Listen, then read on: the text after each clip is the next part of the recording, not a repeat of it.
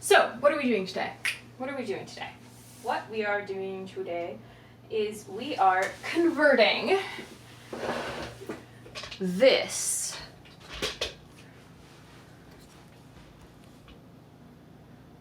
extra large plain black wrestling shirt into a 3XL, sorry, into an extra large spaghetti strap tank top. That is what we were doing. Now, how are we going to do that, you ask me? Well, very carefully is my facetious response. But no, in all honesty,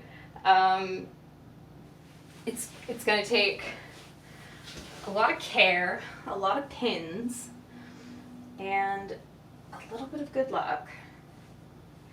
But I think we can do it. So the main thing of this is to know where we want. So these straps are less important, so I'm just going to tuck them in for now. Right now we're going to take the patterning off of this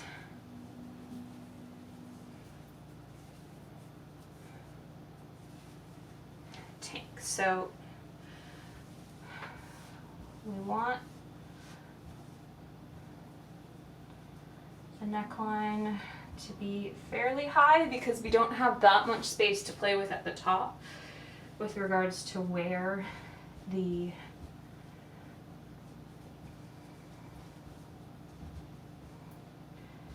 so I think actually what we're going to have to do is we're going to have to cut this into two separate panels and cut it as two pattern pieces. I was hoping that I could do this with less cutting. I don't think that's going to pan out in my favor. So I'm going to go grab the fabric shears. I managed to grab everything but the fabric shears this time, getting ready for string.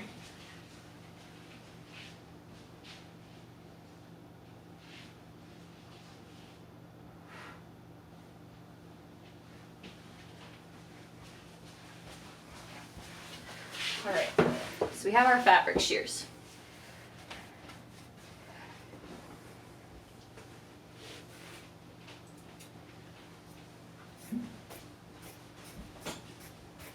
Because we are going to be hemming the edges anyway, so it'll be fine. Just with projects like this, the more of the original seaming and stuff you can keep intact, generally, the better. But again, I am going off of my own personal experience for making altered t-shirts like this, and just going by my old method of just like cut it smaller and hope for the best was no longer quite working out for me. I wanted something a little more professional, which is why we're doing it like this. So I don't have tailor's chalk because it's kind of hard to get in this day and age.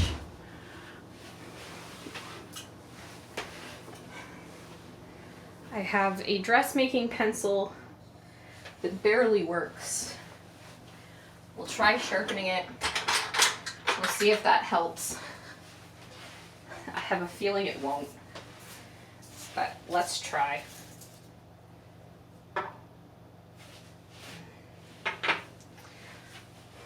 So,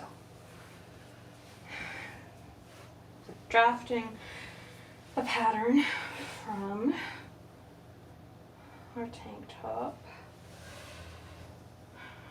That's roughly centered.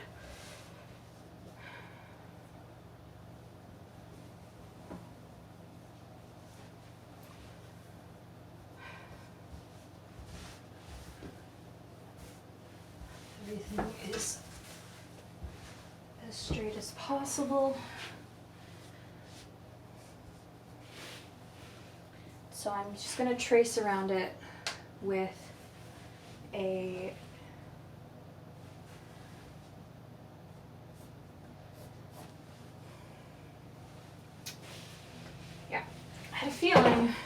this was gonna be futile. But I'll press on with this pencil we'll give it another chance. Just for kicks. Put one more shot.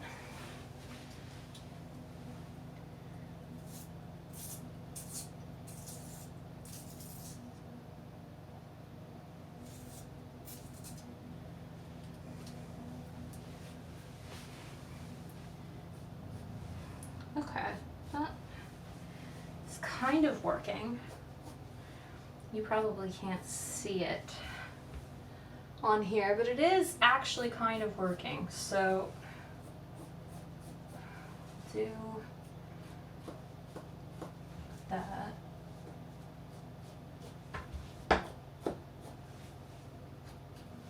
You know what? It could be worse. It has been worse.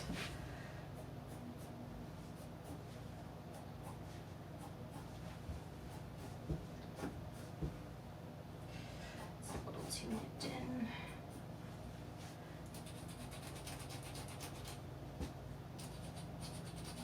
And this will come out in the wash anyway.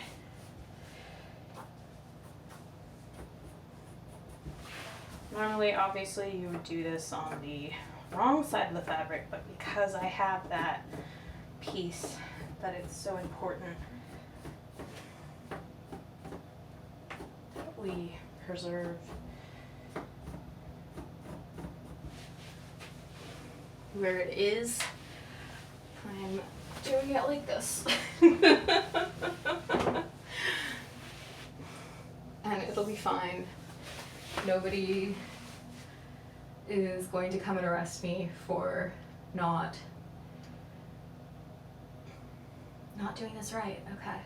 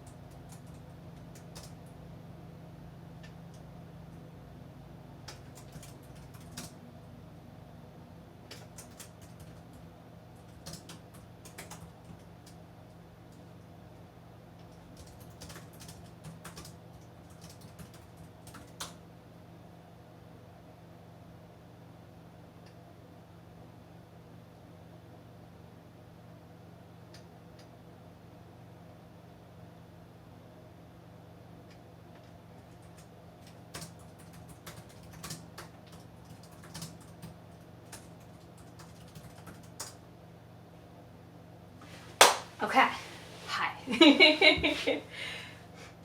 I want to get people in the stream today because I'm announcing a giveaway at the end of stream, and I'm excited, and I want as many people here as possible when I announce the giveaway, because, yeah. Because I like you, I like my lovely viewers, and I want you to be able to win stuff, basically. I want to reward you for being so nice and lovely. So yeah, okay. Ruler.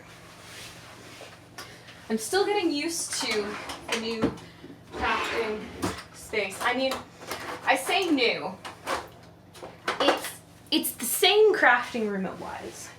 This table behind me is new, and I think we're gonna do, yeah, we'll do 1-inch margins. I think that'll be sufficient.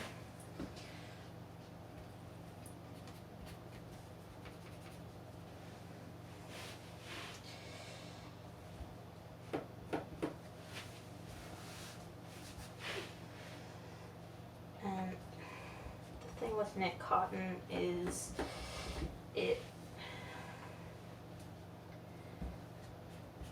doesn't like to behave when it's going through the machine anyway. So in some ways it doesn't matter how precisely I'm going to be doing it, because it's going to have a mind of its own when I actually get to that.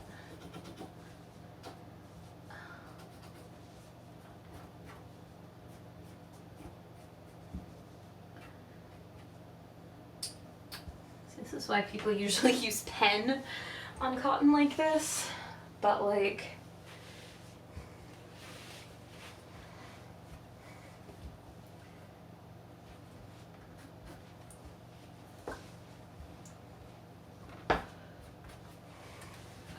we are working with what we have.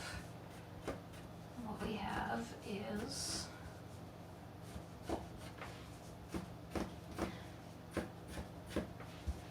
a black vintage shirt that we wish to do alterations to. So,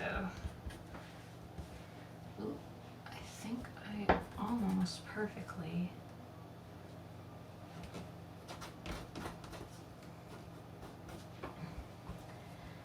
And actually, when it comes to the neckline, we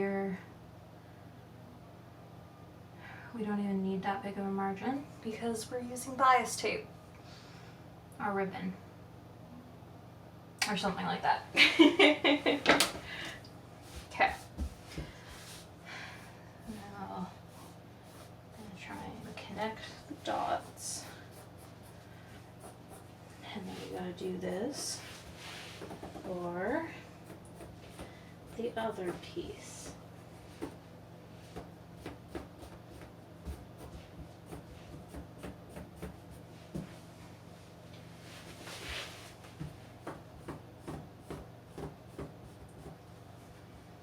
I'll try and have some like music next time.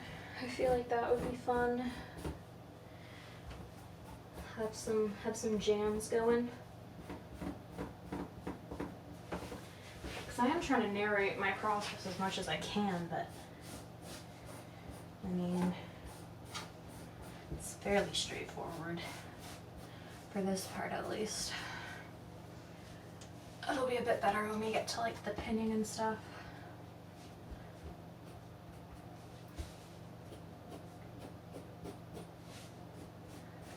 How was everyone's week? Everyone doing okay?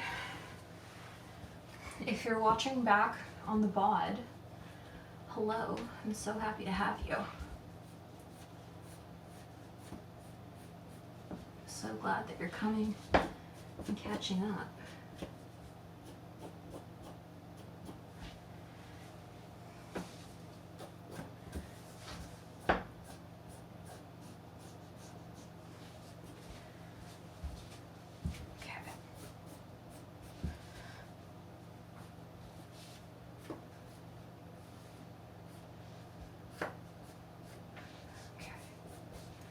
There we go. Okay, so that's one piece drafted. Yay.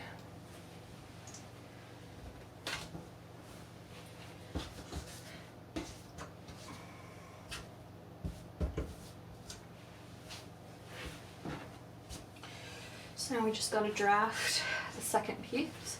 So this piece can go over here. And hello. Okay, so we're putting that piece over there, and now we can draft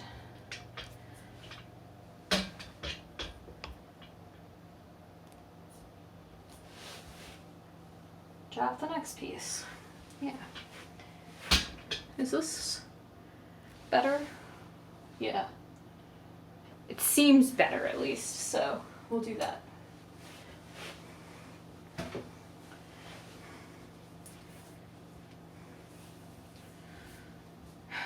Now on this one, I'm going to draft it on the inside out.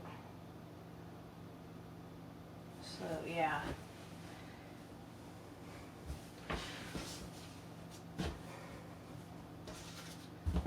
Yeah.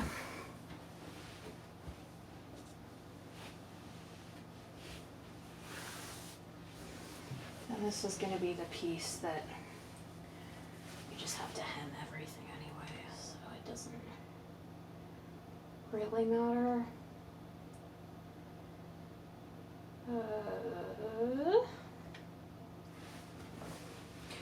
One second, let's see if I actually can put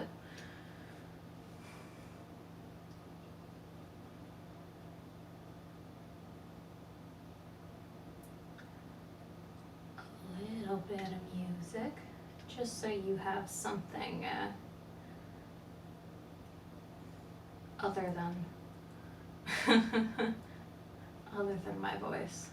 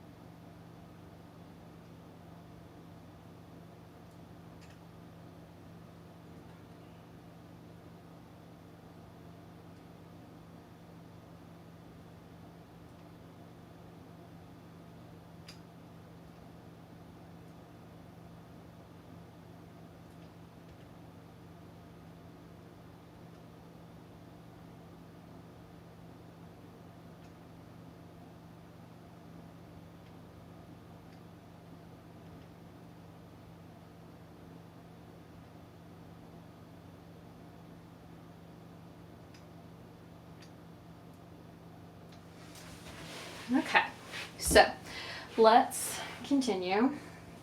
So now we're going to do the back side of this.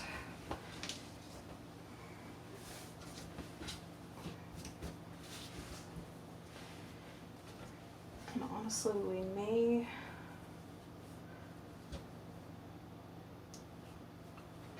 try and save ourselves a little. Nah, no. No, we'll be good, kids. But we will start from close to the bottom when we do this.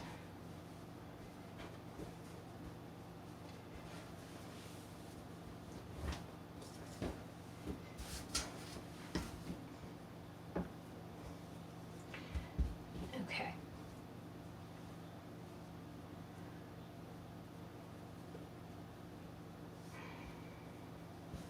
Go. So this is what the back piece looks like. Okay, there actually is a side seam on each side, so that's all fine and good.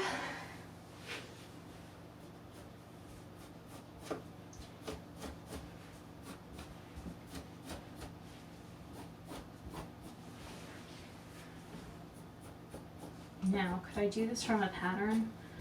Rather than just drafting this from a tank top I already own? Yes, but I already know how this particular tank top fits me, and I like how it fits me. So in my mind, at least, it just makes a lot more sense to draft from something that we know we like.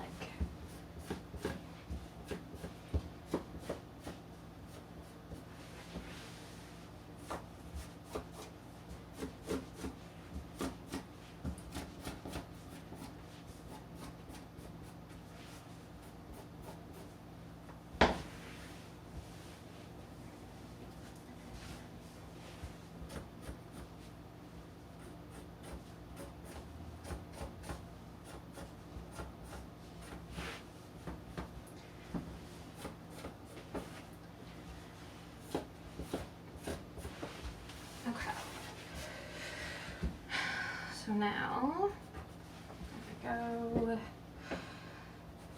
and 1 inch Some of the seam allowance won't be all that necessary, but let's just have it. Better to have it than not, in my opinion.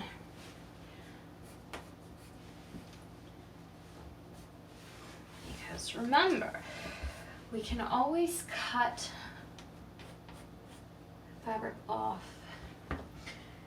but it's a lot harder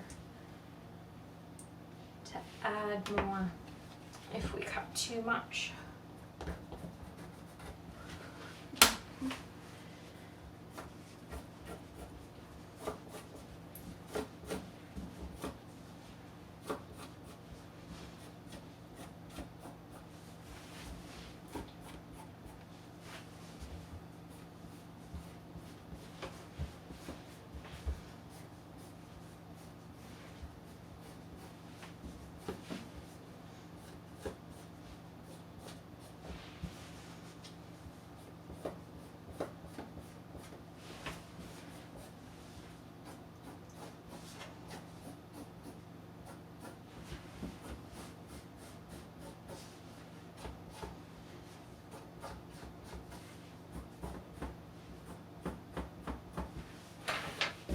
Okay.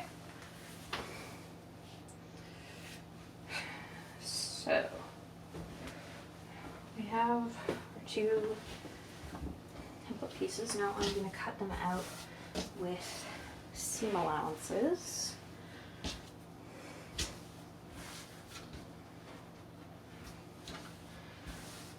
So I'm going to use a rotary cutter and this self-healing mat by Olfa.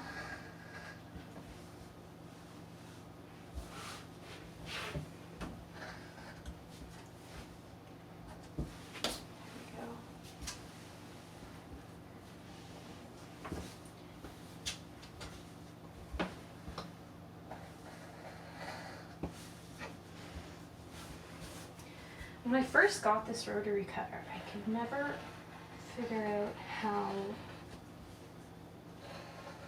to get it to work, but I think, honestly, I think I was just holding it wrong. That seems to be the most likely excuse, at least. Or reason. I guess it's not really an excuse. I don't need to be excused for holding my rotary cutter wrong. It just was something that happened. But it meant that it didn't work properly for me. Okay. And I'm just gonna pin to remind us that that's right side up.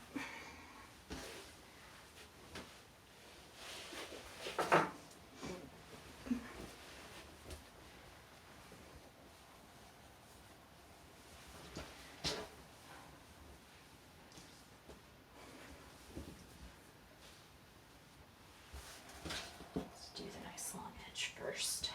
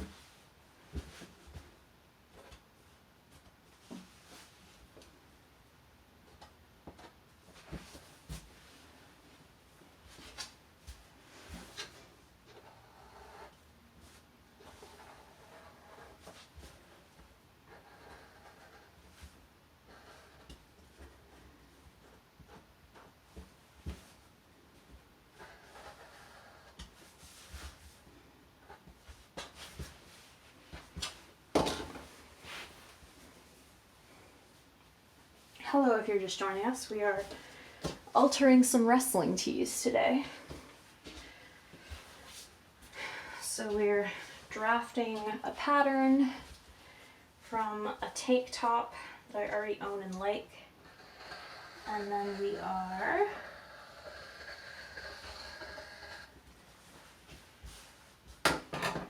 next going to make some decisions about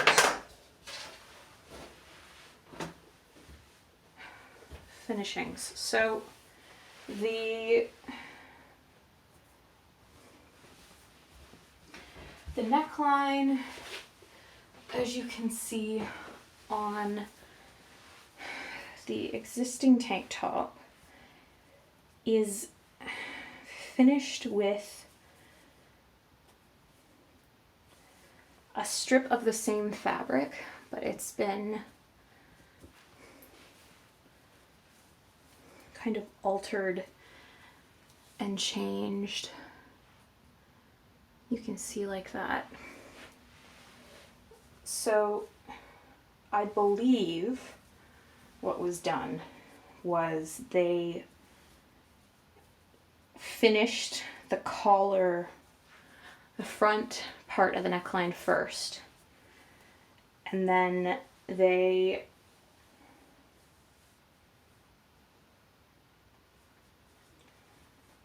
put the two pieces of the garment together, and then they did the top pieces beginning from the back here and then going all the way around.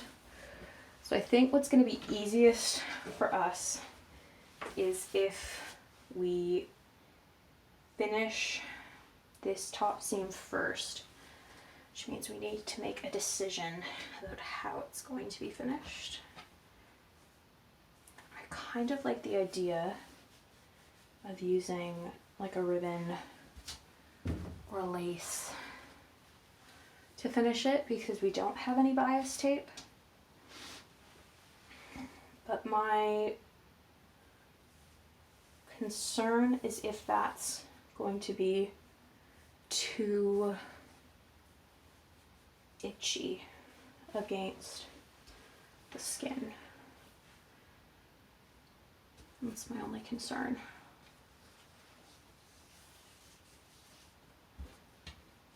But I think it would help kind of keep the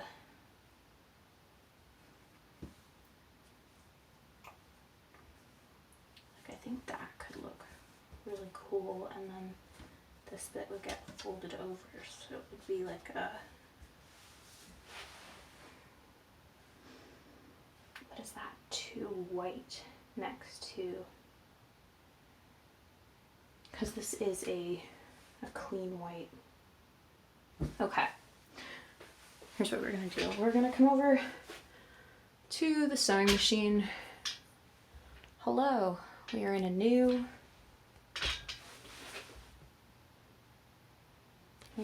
area. We're in a new zone. We're gonna come over here. We are going to finish and hem the top and bottom seams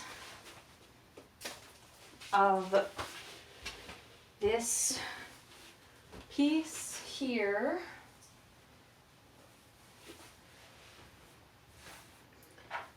Because I do believe that these get seamed first. These two get hemmed first, and then, yeah. So we're gonna do that. And then we will worry about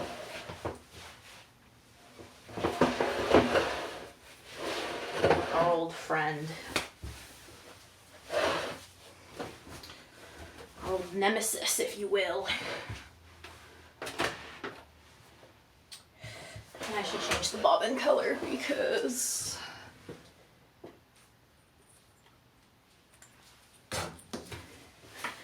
white will stand out like a sore thumb on this.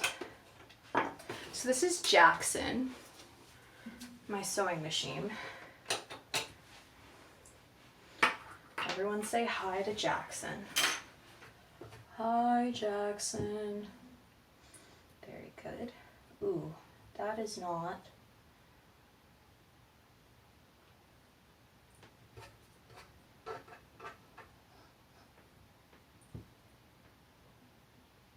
Oh, no, okay, it is. This felt like leather thread for a minute, but it wasn't, so. I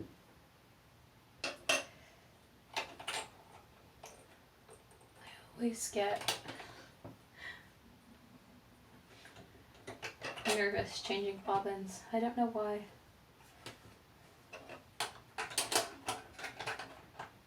I think just because that's the one step I'm not as practiced at. Is bobbin changing, because I always had Grandma do that part for me. Okay, there we go. Perfect. So, we're doing a knit, which means we need a wider stitch length.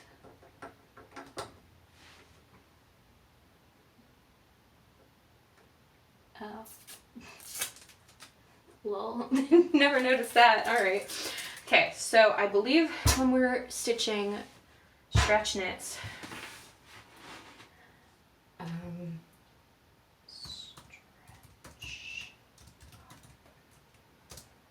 stitch length.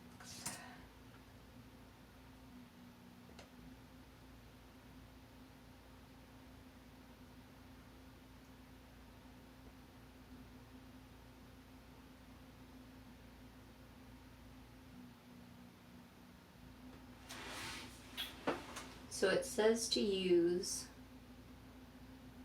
a zigzag.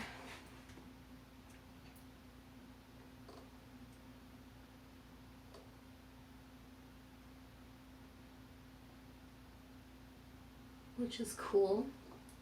I have a zigzag. Sweet. It says to use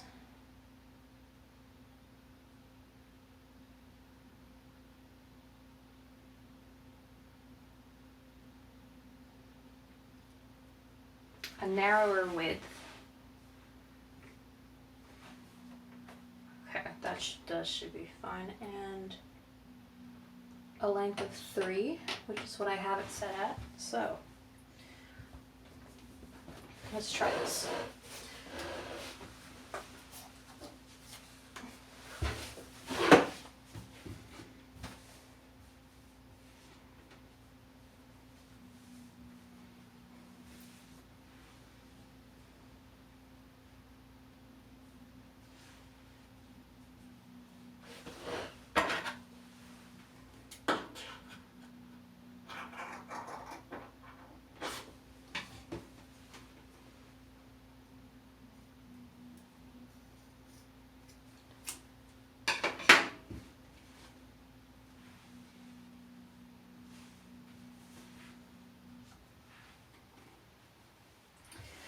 Look at me being a good kid and pinning it first. It's almost like I'm learning to be more careful. I'm learning to have patience. Nah, that can't be right. That can't be true. I had to stand in line today to get into a Bath and Body Works at the mall. I was not patient.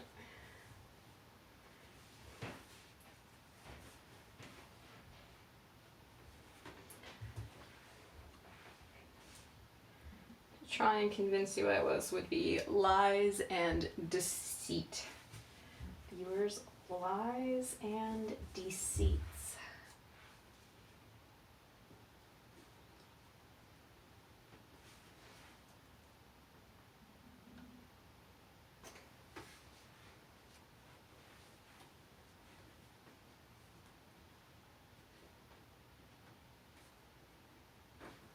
I'm starting to get cold again.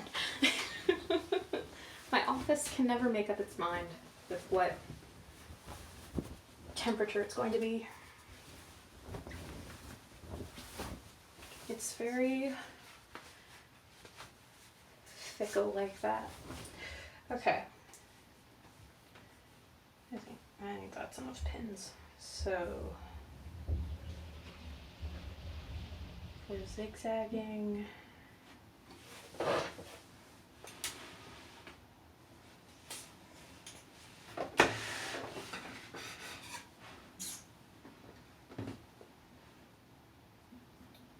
well, we're just gonna hope for the best.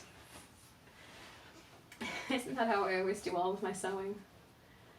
Just run it through the machine and hope for the best, and remember to put the foot down, because I do have a bad habit of forgetting to put the foot down.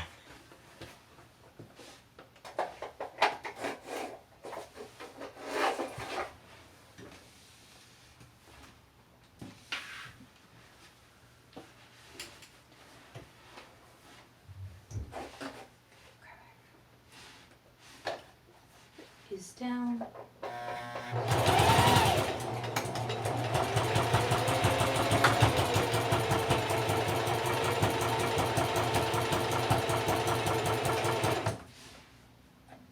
Okay, this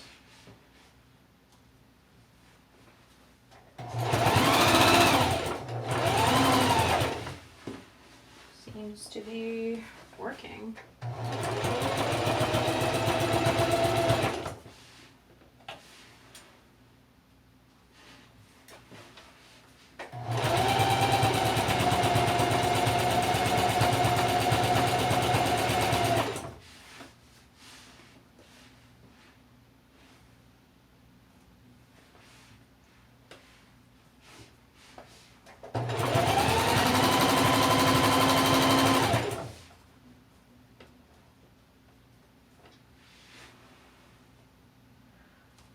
Yeah. This seems to be doing the thing it's meant to do.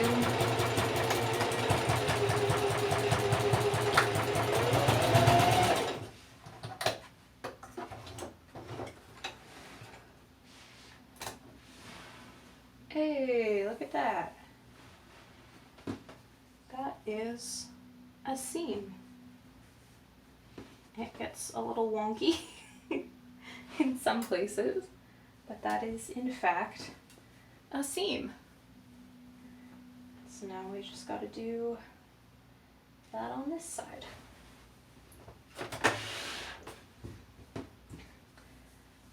I suppose if I wanted them to be absolutely perfect, I would be pinning them. But who honestly has time for that? Seriously, in this economy.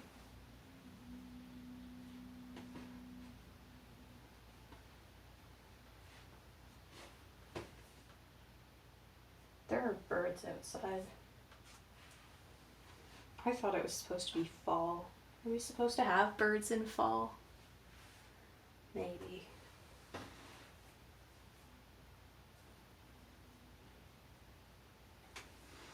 What do I know? I'm not an ornithologist.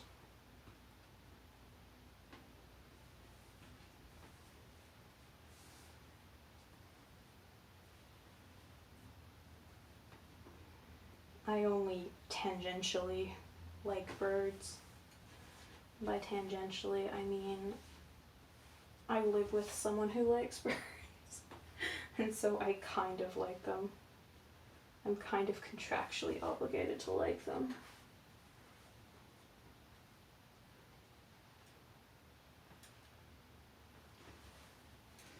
I don't like the idea of getting poop on my head. That's my big thing with birds. And Michael says, wow, you have a much bigger fear of that than I do. And I'm like, yeah, because it's happened to me like a lot of times. Like, I would go to England and like my second day, a bird poops on me and then steals my lunch. And that was my introduction to England. I was unimpressed. I really was.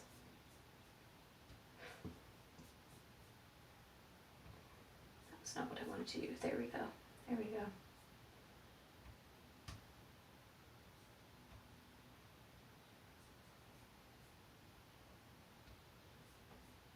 Okay.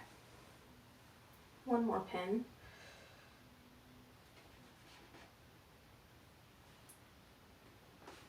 And then, what did Marianne tell me? Marianne told me that I can use the foot plate on my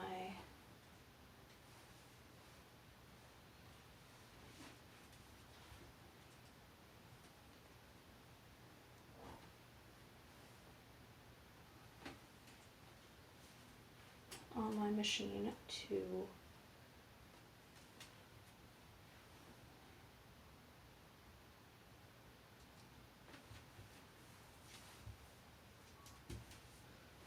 make sure that I'm keeping even.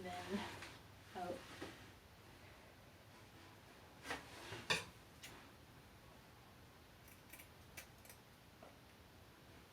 Just clip that.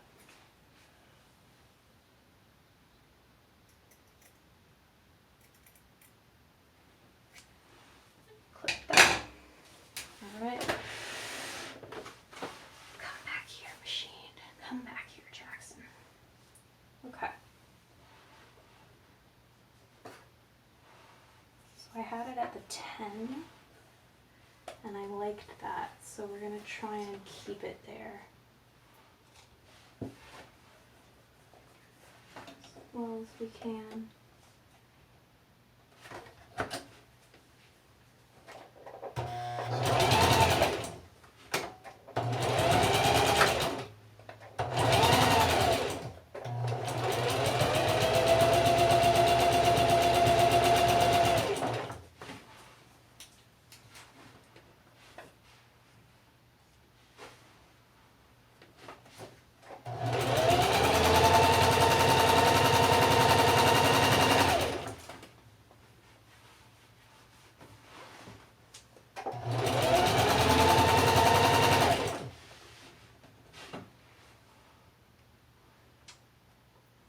Isn't my cactus the cutest thing? My little cactus pincushion.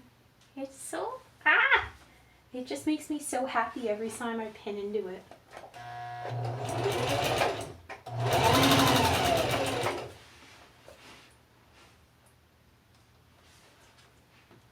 Makes a satisfying sound too, because I stuffed it very, very full.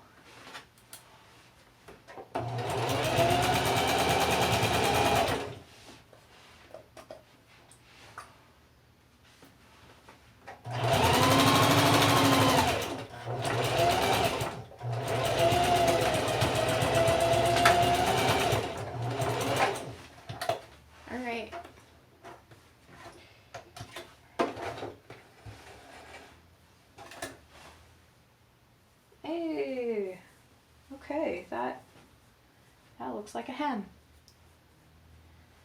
So now we have 2 hemmed pieces.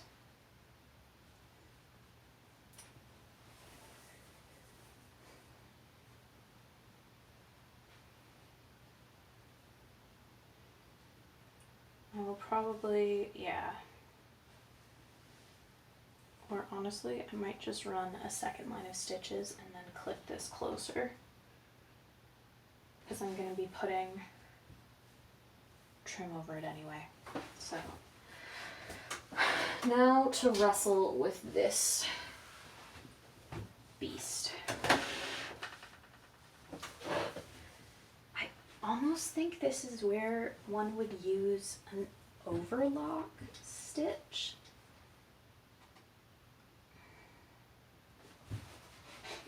Experiment time, because I don't fully understand how an overlock stitch works. I have been mostly straight seaming, since I got Jackson. So let's say I was gonna roll this, and then we were going to do an overlock.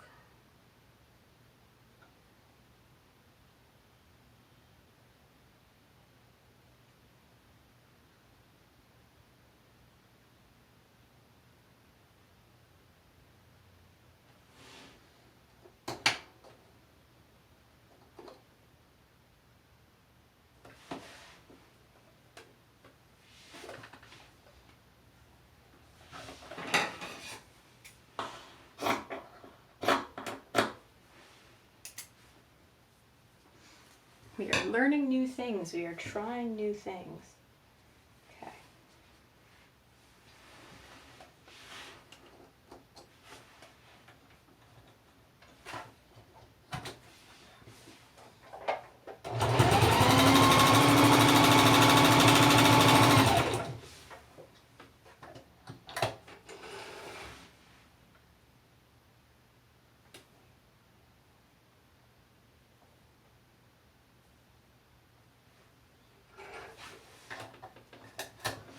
That is not entirely what I want.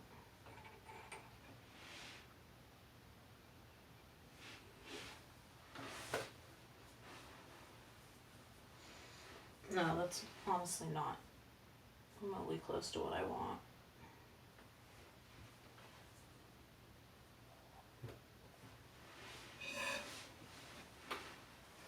To the googles.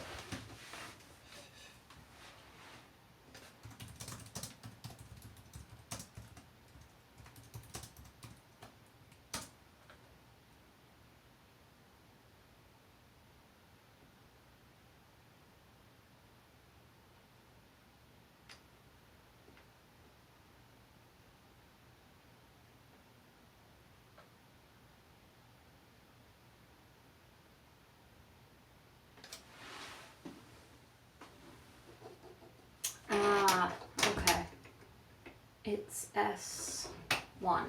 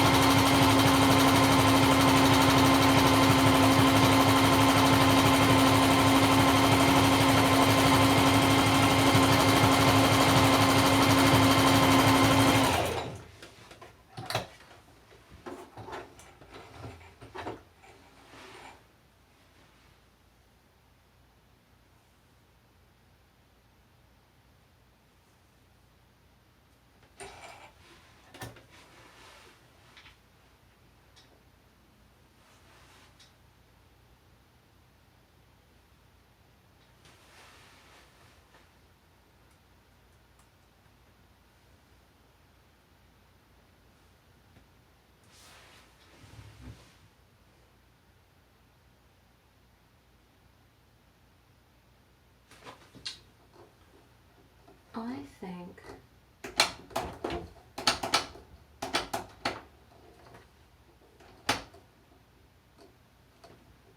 I like this one better.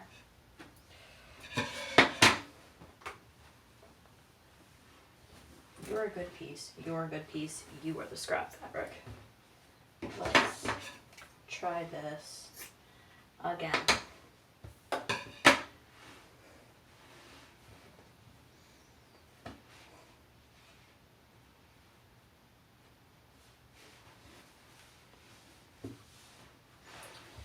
And let's try a little a little wider.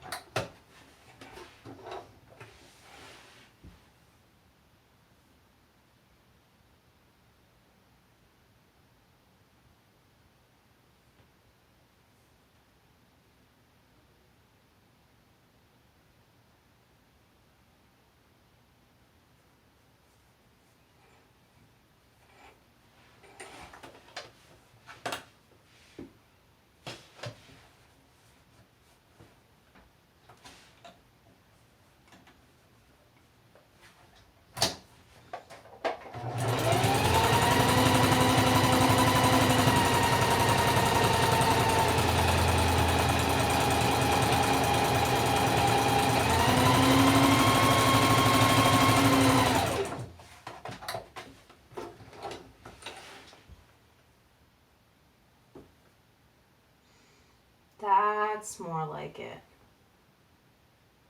Okay.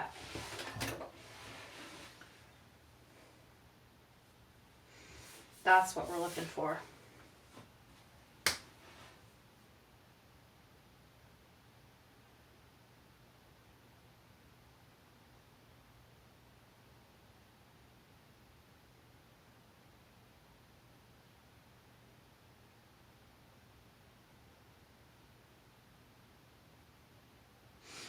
Okay. So we're going to do a straight stitch. We're going to cut the ends closer. Then we're going to do the overlock stitch. First we've got to do you, my dear. I think we're going to have to clip the curve this way.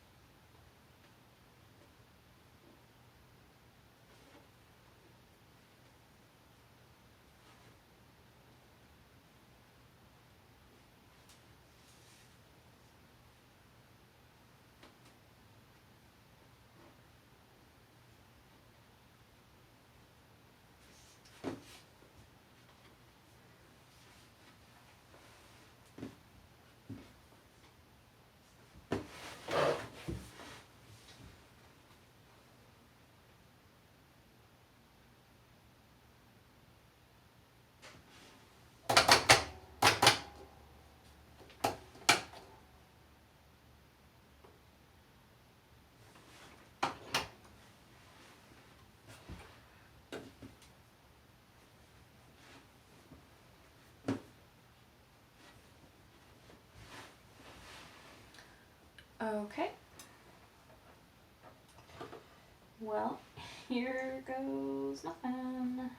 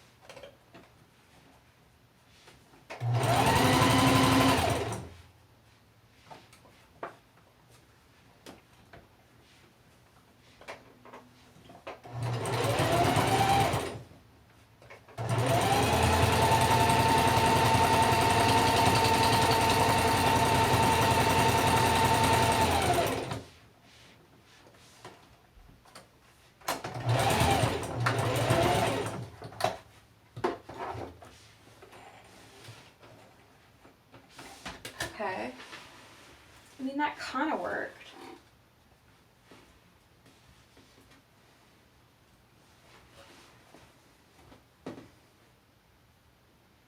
It's not like absolutely brilliant, but that's definitely a seam that can be worked with, and that can be stitched over later. So we'll do the same on the other side.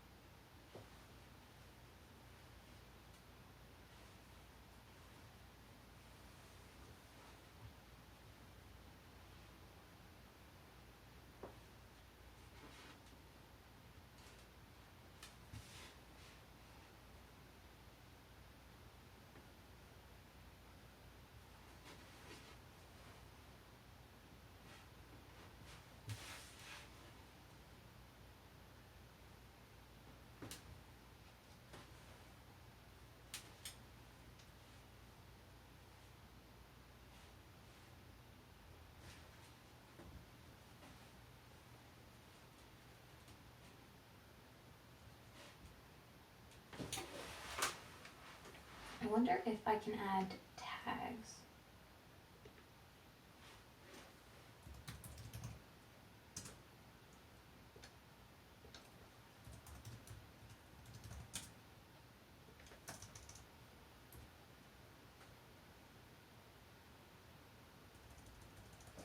It's not just a cactus, it's a cactus that I made myself.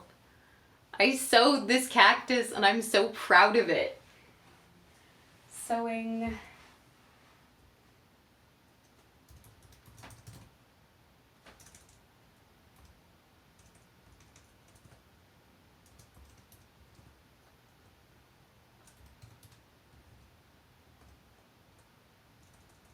All right. There we go. Yeah. So hello for Starkira who just joined us and for anybody else. So today we are turning a extra large, no, not extra large, a 3XL, I believe. I'll have to ask the guy. So a couple months ago, a friend on Facebook from this podcast fan group that I'm in was like, yo, I'm getting rid of a bunch of my old shirts. Does anybody want them? They're free, you just have to pay shipping. Now, they shipped from the States, so the shipping ended up costing almost as much as a shirt would have. But it was worth it because I got some really cool vintage shirts. So this one that we're doing right now is Day of the Dead, Los Ingovernables de Japon one. And then over here, the one that I know you'll like, Starkira, is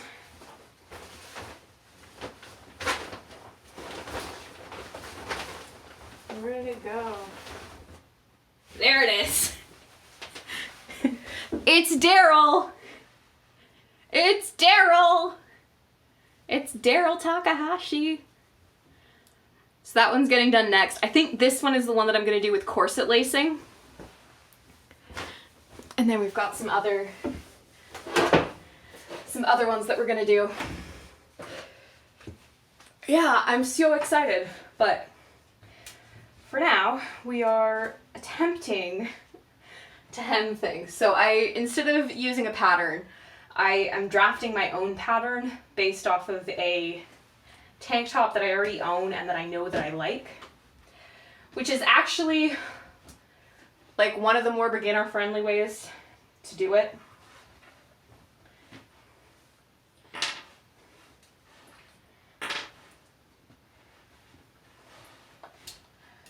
I'm very tempted to just leave these pins in for right now. I'm not going to do it because I really don't want to break a sewing machine needle. I have extra sewing machine needles just because I have broken one before and never wish to have that happen and not have a needle. So I do keep extras around. So right now we're doing a reverse overlock stitch.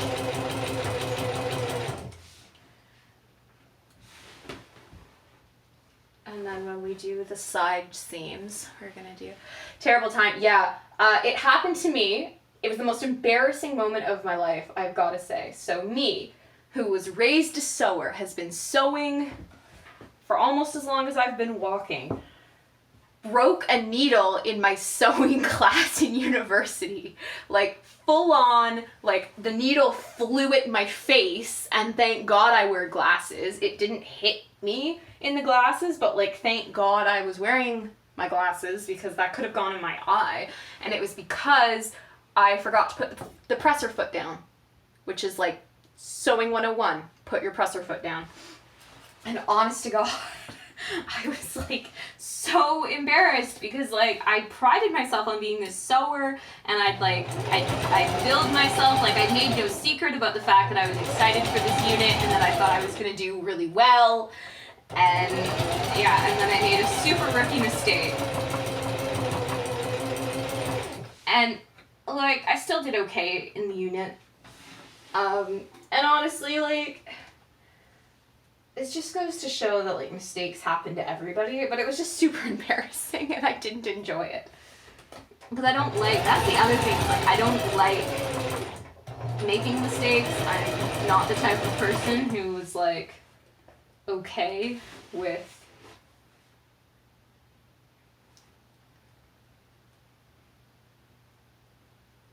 yeah, like glass just does things. Like you don't, and like sometimes you forget to put the presser foot down, and I've done it since. Like you'd think that that was an experience that was so embarrassing that I never did it again.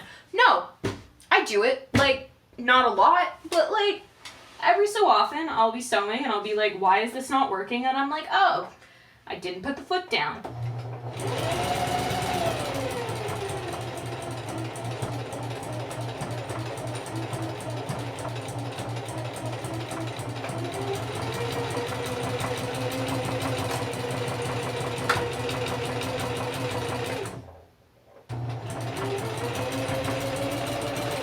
It happens most often when I'm sewing leather, because it's super easy when you're sewing leather to think that the foot's down and then have it not be, just because the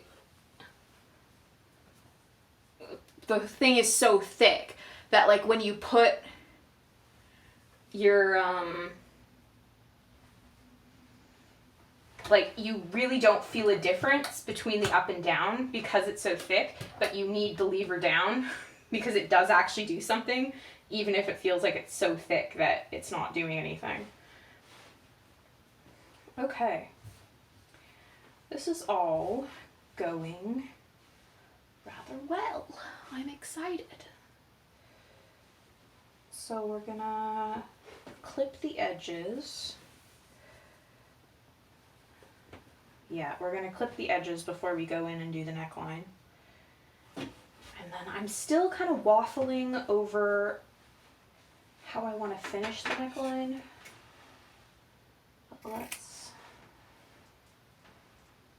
clip these bad boys first.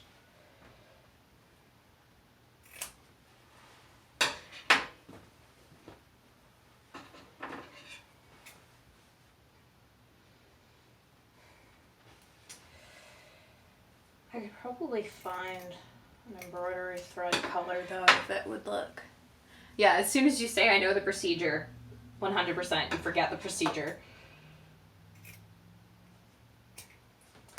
The worst lab safety story I ever heard was told to me by my great friend in Froshi, who is 4'9", I think.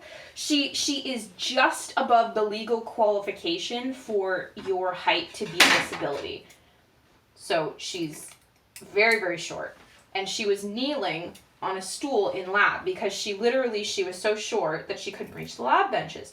And the TA thought that she was just joking around and being funny.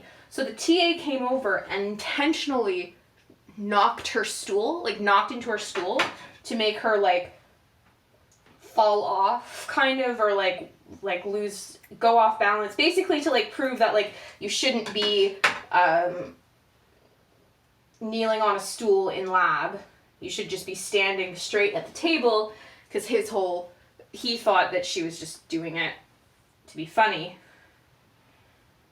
So he knocks her so that she'll know like, oh, it's dangerous to be kneeling on a stool because your balance isn't great and you could fall off. Yeah, she was holding hydrochloric acid at the time.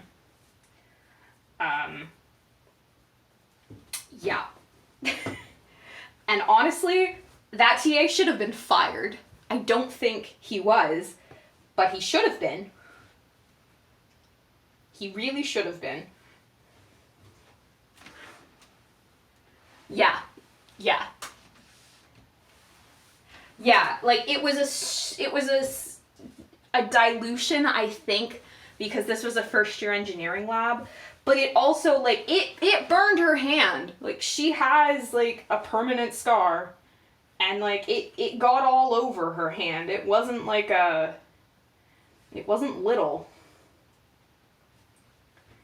This was a good deal of it. Okay, I think we're going to use a straight stitch for this. And I think that's going to be okay. I think.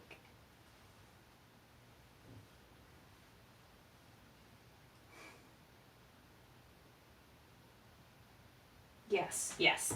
We're going to use a straight stitch and we're going to fold it over twice. And it's going to be fine. It's going to be great. Okay. Let's go back to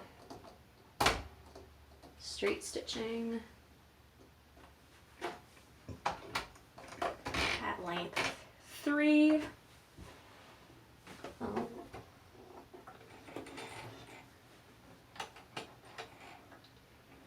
There we go.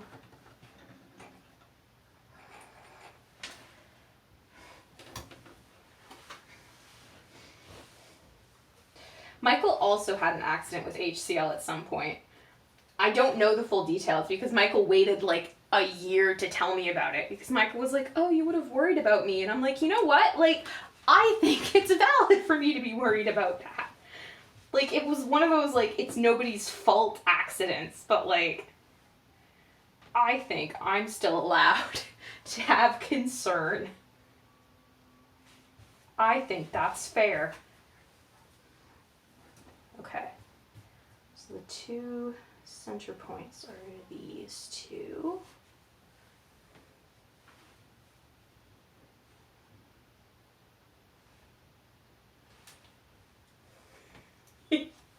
Right? Like,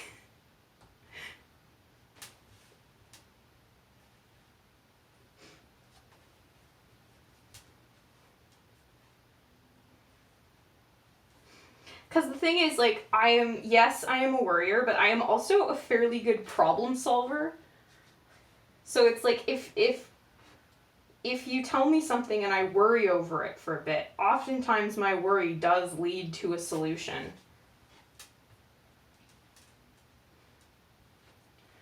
One of the, like, interesting things in putting this office together, too, is, like, because I am disabled, I don't talk about that much on this channel, but I am, and one of the side effects of my particular disability is chronic fatigue, chronic pain. Basically, I probably have a mixed connective tissue disorder or some form of joint thing, and the first doctor who finally was like, you know what, if every single one of your joints is busted, this is probably not an individual joint problems thing. This is probably like your connective tissue is dumb. And then we moved to Hamilton, and then the plague started. And literally, I moved to Hamilton, spent the next year finding a doctor, found a doctor, met with her twice, and then the plague started. So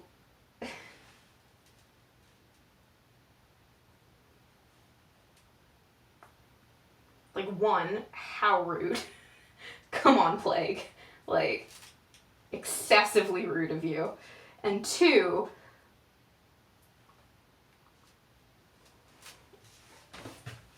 yeah, so I don't really know what's wrong.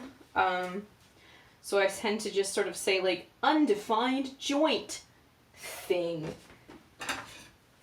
Because it's, my right knee has no cartilage left. Well, it was at like 50% and it's gotten worse. So it's not great. my knees are not great. And then my ankles have always rolled super easy, and my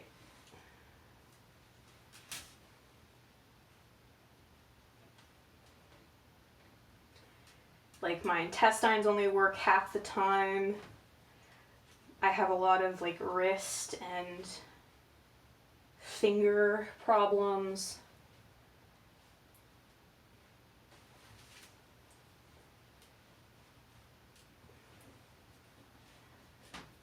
And obviously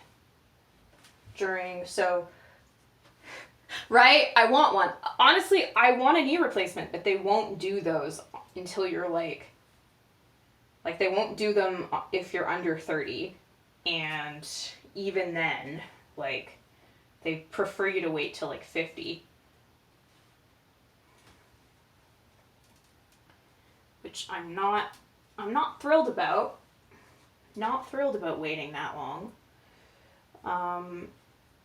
And like when I was at Queen's, because I was having to, you know, walk to class and do all this stuff, the knees were the problem because like mobility. And I didn't have that much time to do like handicrafts and stuff, like what I do here on this show.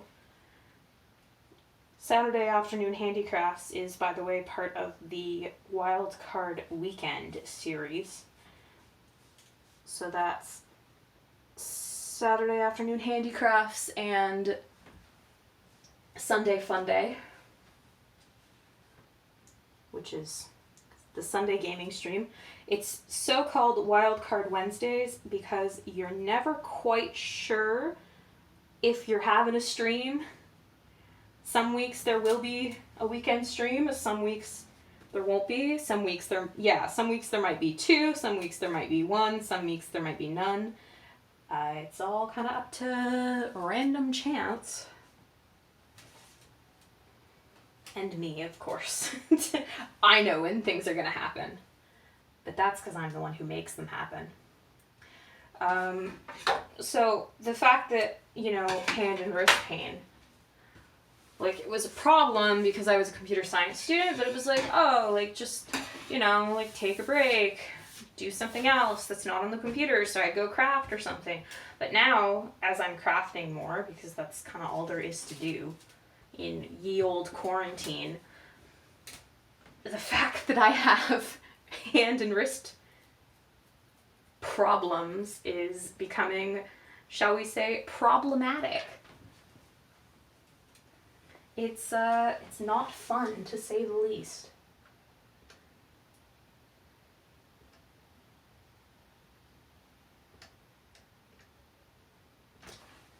It's not 0 out of 10, do not recommend.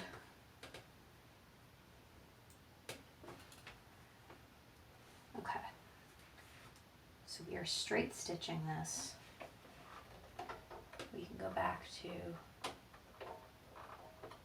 you want like a 0 stitch width, like we don't want it zigging at all. Yeah, there. So we are straight stitching. BRB. All right, see you later. See you soon. Have fun wherever you're going. Thank you for dropping in.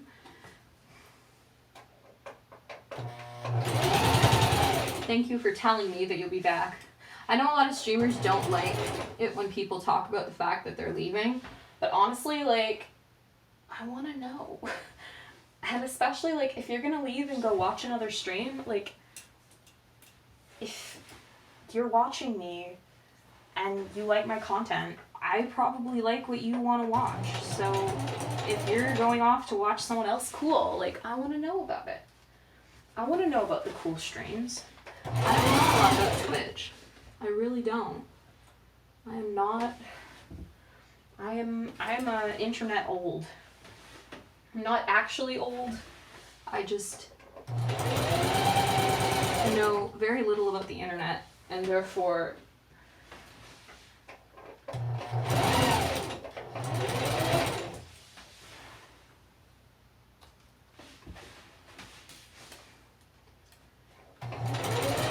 I use like 4 sites. And I was like this before, like everyone's like, oh my gosh, like the internet used to be like thousands and thousands of sites, and now it's just like Facebook and Twitter.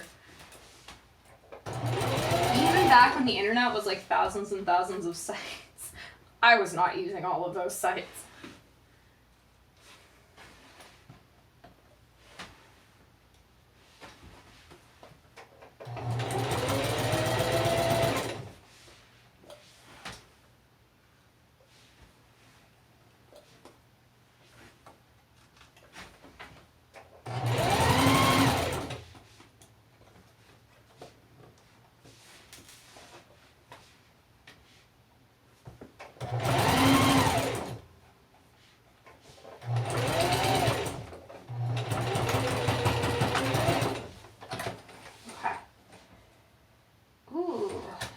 that actually doesn't look too bad.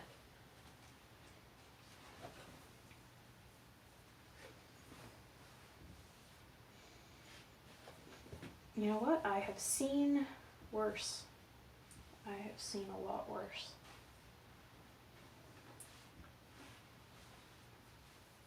So we're going to do that again.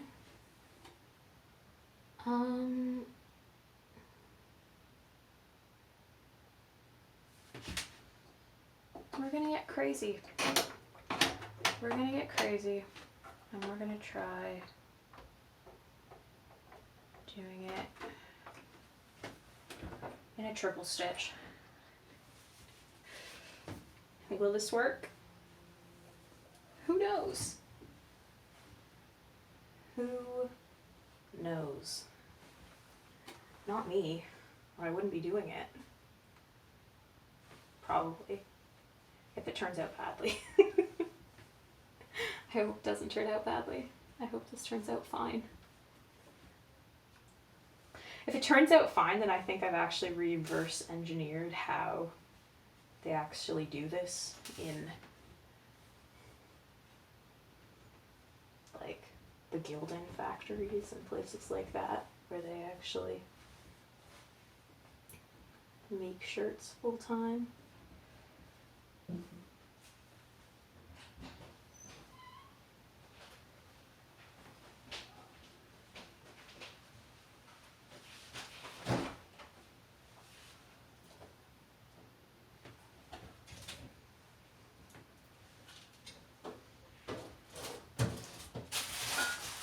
Hello. Hi. Do you have my stream up? No. Okay. I can pull it up. Thank you. That'll help my average substantially.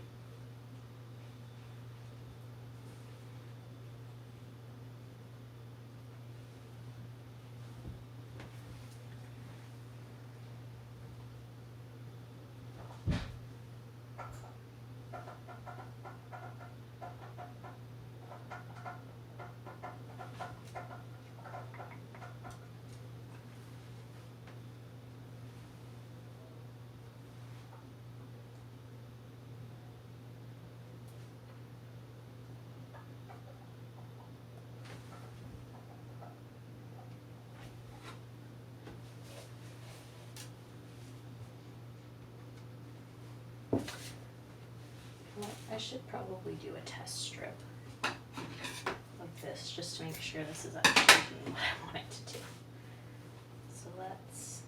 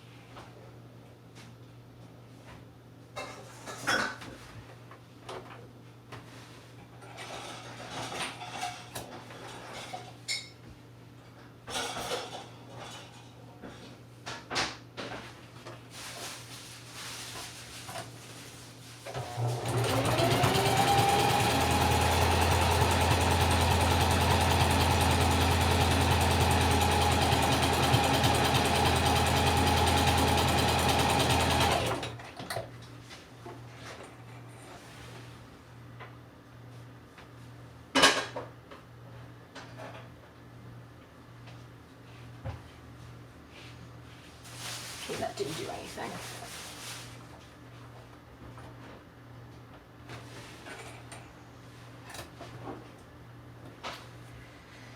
You know what might do something would be changing it to S2 and seeing what S2 looks like.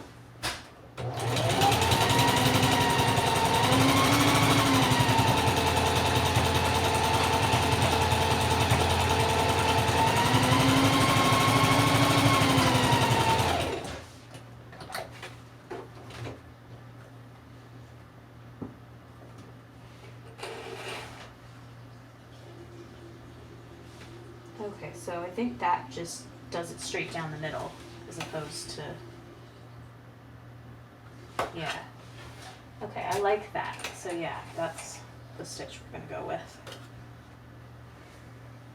Once we've pinned this all out.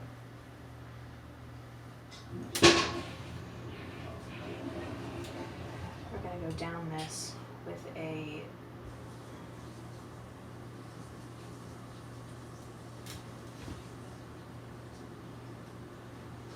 triple stitch. And I think that'll work really well. I like this. I think this is going well. Not gone empty yet.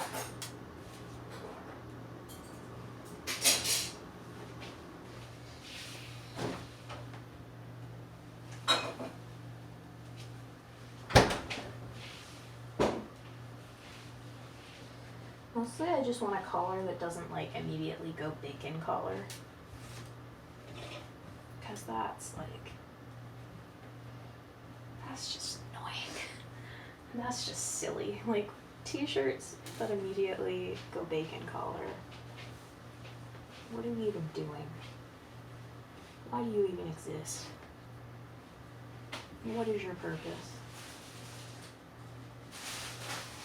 How could you? The disrespect, honestly.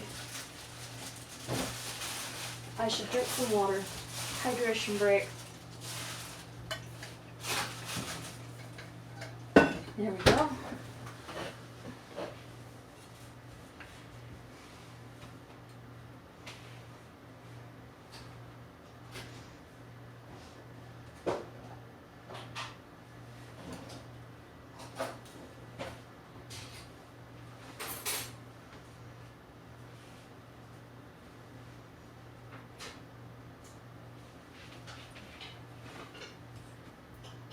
Oop. Does that mean your back start here? Saw the view count go back up.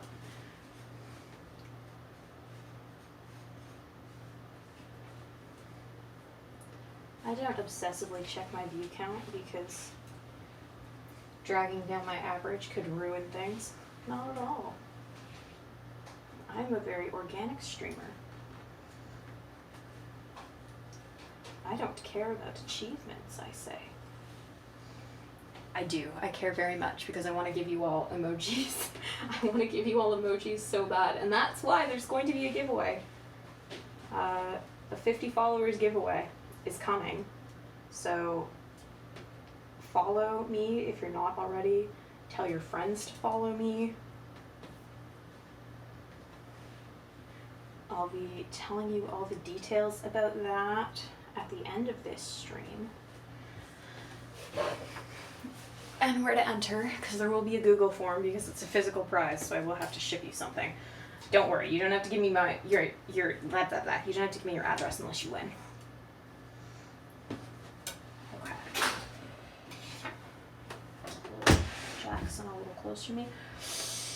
We're gonna run out of thread soon on the top, but I think we can get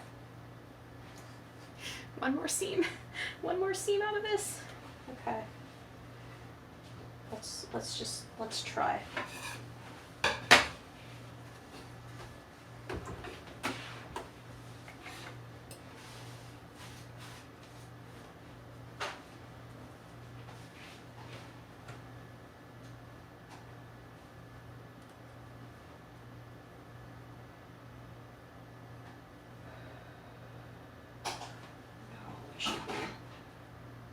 We should be doing this from the back. That's the smarter play.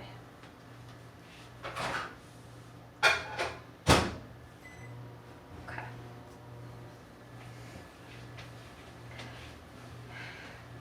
Ugh, I'm so nervous.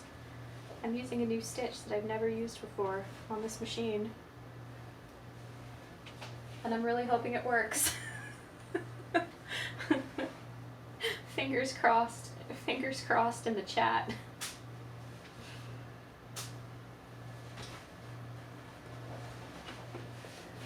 Okay. The foot is down. The first few pins are out.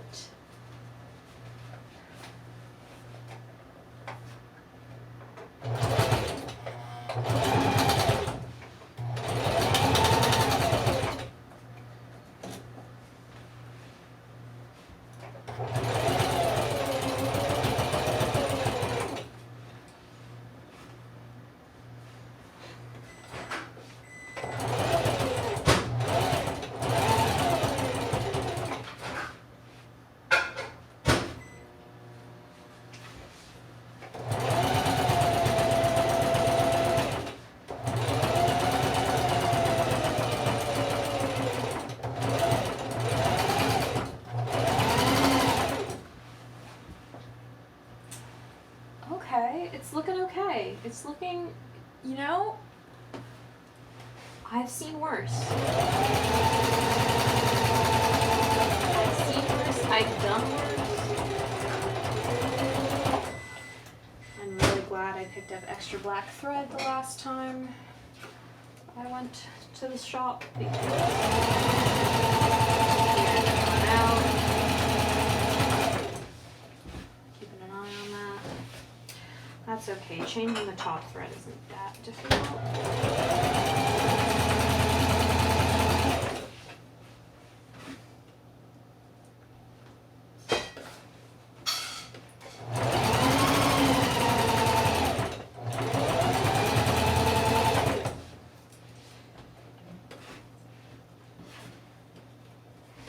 Sewing curves.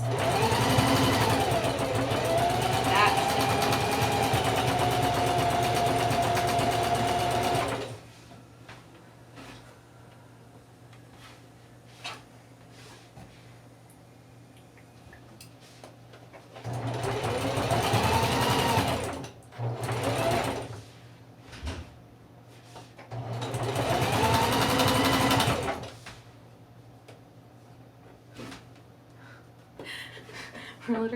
we're racing against the spool to get to the end of this seam without running out of thread.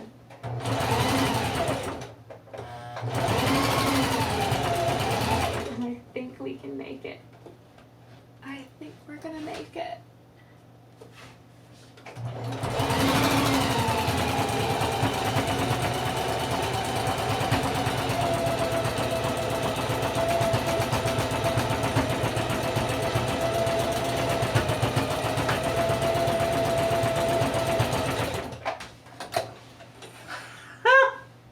We did it.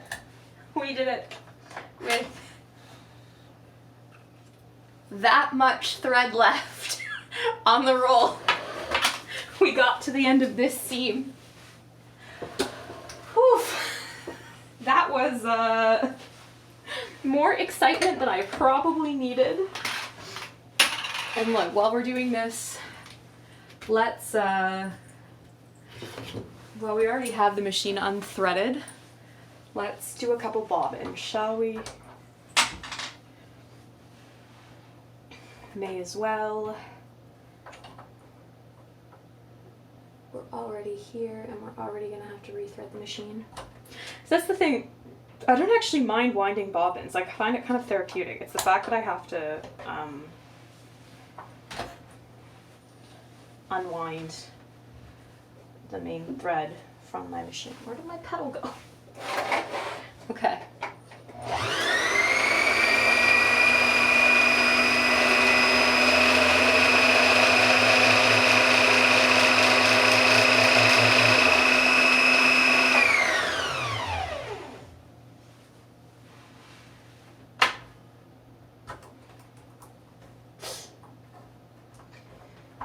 Oh, Lordy. Okay. That was undesirable.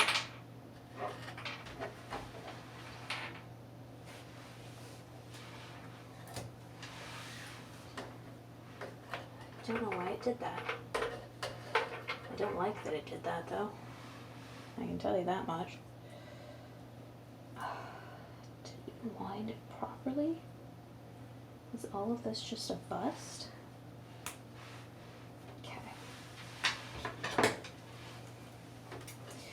We are learning things together today, viewers. We are learning so many things. We are learning that sometimes our sewing machines do strange things that we don't understand at all.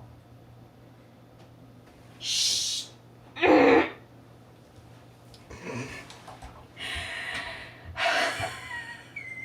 Okay. You know what? No, we do understand them. We completely understand what we did. We didn't wind it through the tension.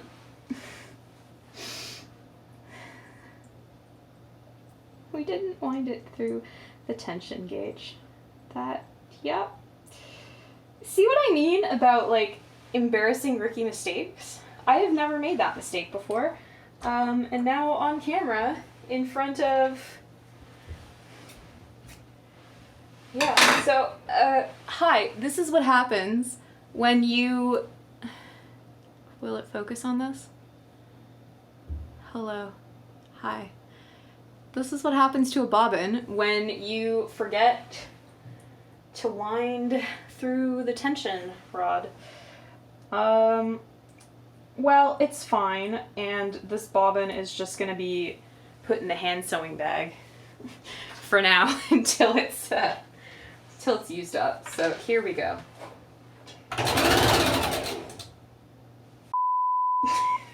Oops, I didn't say anything. You heard nothing. You heard me say nothing. I'm gonna have to bleep that out in the edit. There we go.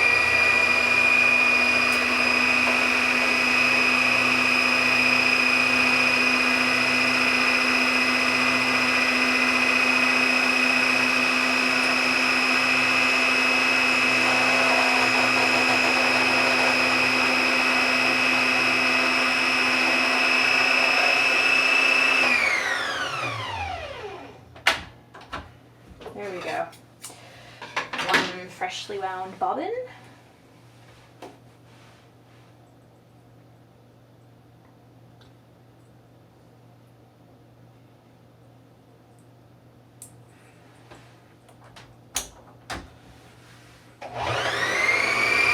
Two freshly wound bobbins.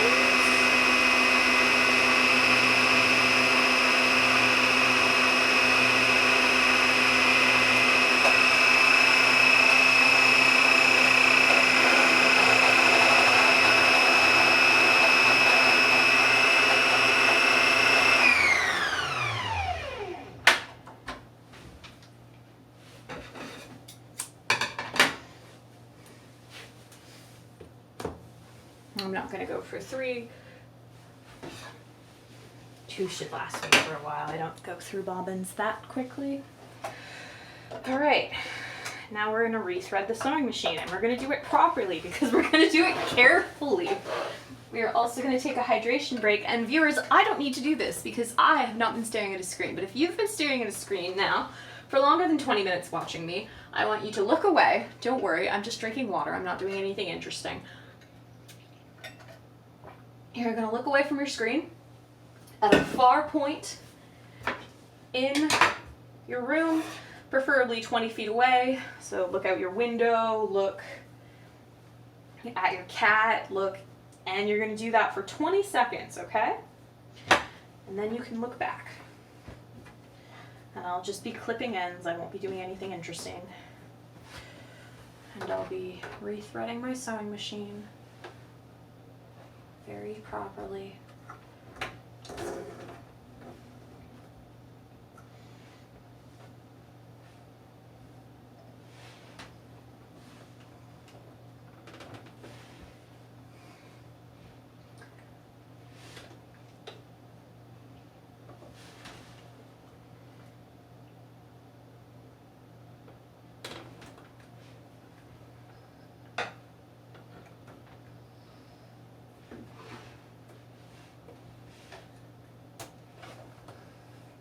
All right, sewing machine is rethreaded. So now we just need to clip the ends. Honestly, having this second work table, it does make this office like a little more, like the walkways a little, but I still have this huge open space over on the other side behind my tripod where you can't see. And I think as long as I keep the surfaces mostly cleared, it's just heavenly to have that second. Like seriously, it's just absolutely heavenly to have this second work table. And also, I mean, maybe I'm remembering wrong, but this table over here, I remember it like shaking when I used my sewing machine on it. Because it's very well, it's German engineered. It's a great table. I love it. German engineered by Kim's relatives. On loan.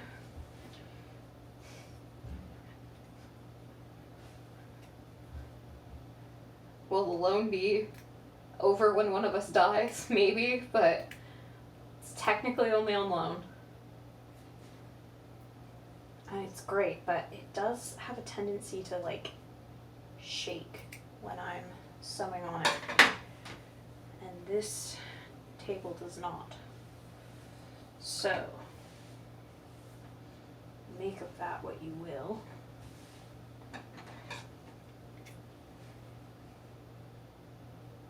I think it's literally a matter of just like, this table is actually a workbench, like it's built to be able to use a table saw on. So that probably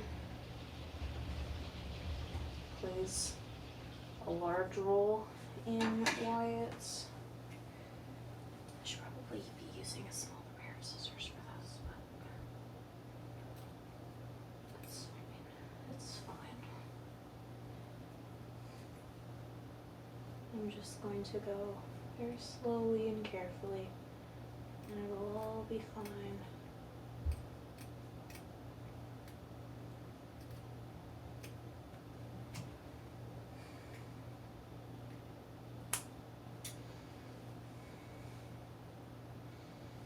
If any of my followers are out there are Jewish, I hope you're having a happy Rosh Hashanah. If you're watching this on the VOD because you are Orthodox traditionalist and couldn't watch live, thank you for coming and catching up on the VOD.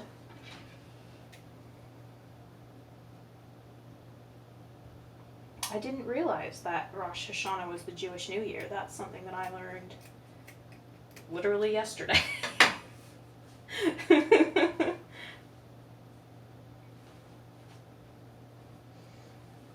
But it was nice because I like learning new things. Learning new things is good. That was what I wrote. I finished addressing the card for a baby blanket for my friend's baby. And I wrote this card and I was like, here is my intention for you. Do not let your expectation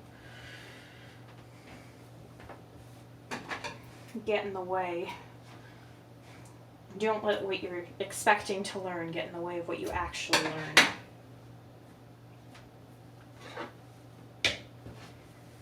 Because we do that a lot sometimes, us. Silly, silly humans. We're like, no, that's not what I thought I was going to learn. I thought I was going to learn this. And then we get upset.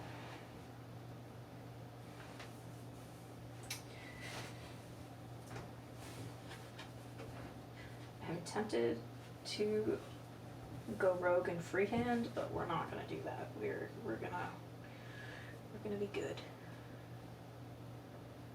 We're gonna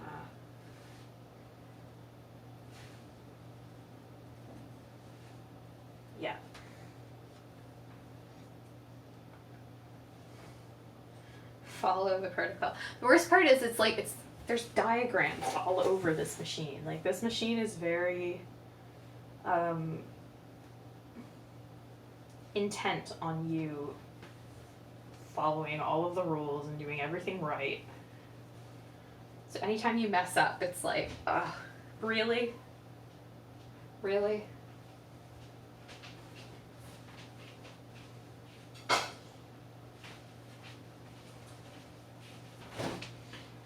By the same token, like, if you're not making mistakes, you're not learning. So,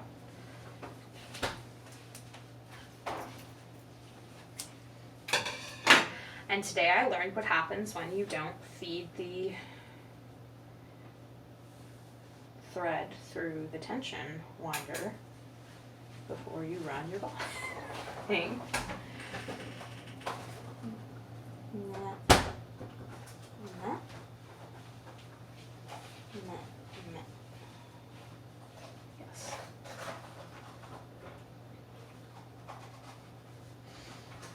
Luckily, we learned it doesn't break your machine. 'Cause that would be terrible. I do not want to have to take poor Jackson to the repair shop. I need him. I have all of these ideas, and I need him to do all my ideas. Because I know the costume tube loves doing hand sewing, but for me, hand sewing is a means to an end. It is not a beloved moment of the sewing experience. If I wanted to hand sew, I'd be embroidering, which I do sometimes.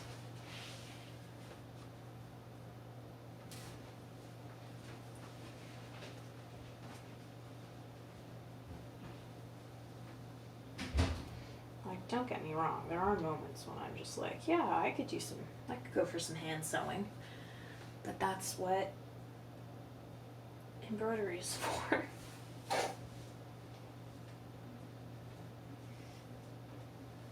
Okay, yeah, that's how things were happening. So let's go back and fix. Yeah.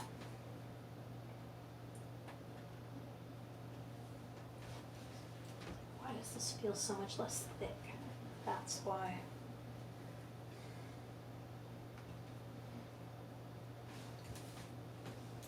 I want a nice thick seam. I already hate that.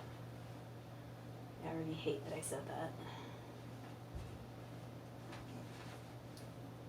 There we go.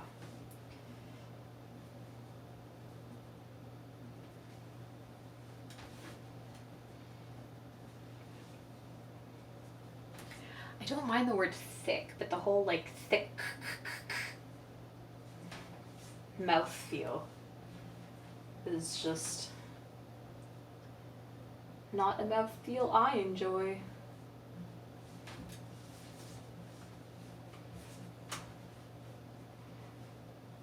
To each their own, and that one is definitely not to me.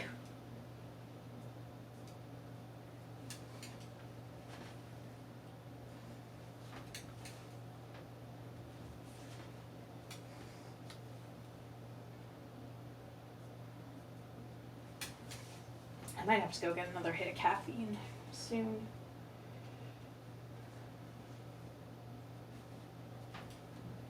Let's see how long I can make it before I have to go get caffeine.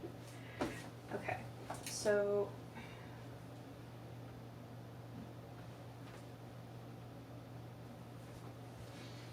they end up looking the same on both sides. So let's just keep sewing it down like this as we've been doing. Yeah. Same stitches we did on the top. We are now doing on the bottom. Where did our... oh, it fell on the ground. That's fine. It can be there. That's just where it needs to be right now, I'm sure.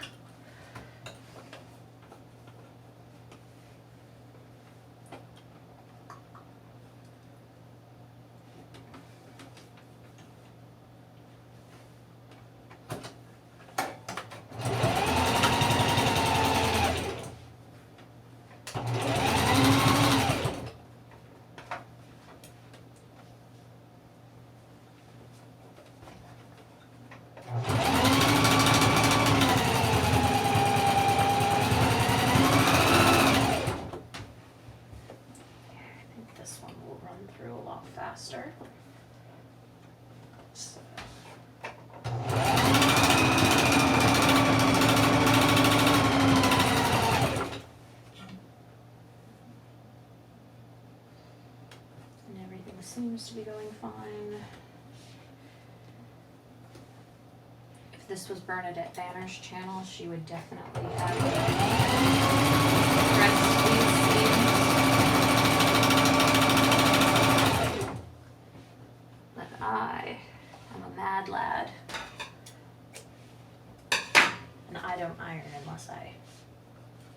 to. And even then. Even then. It's like, do I really have to? Is there a way I can get away without ironing?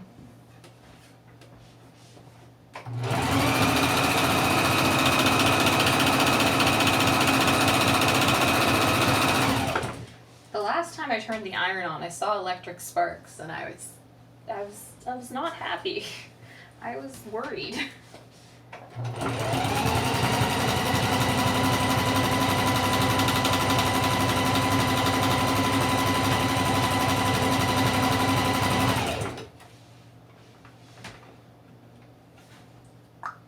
Pin. Pin.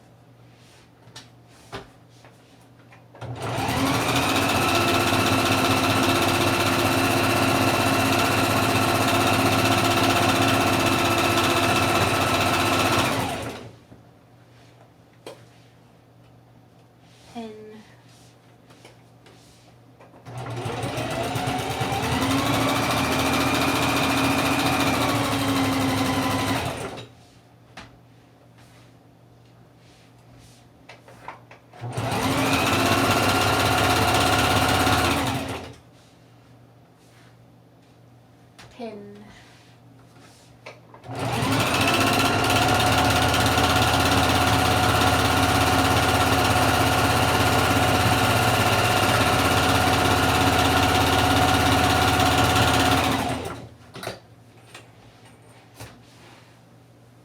Ooh, I think that's the best seam yet. Oof, so nice. I like that. I like that a lot. Okay. We will set and snip. And now it's time to put the front and back pieces together. So we just throw stuff on the floor. It's fine. It's fine.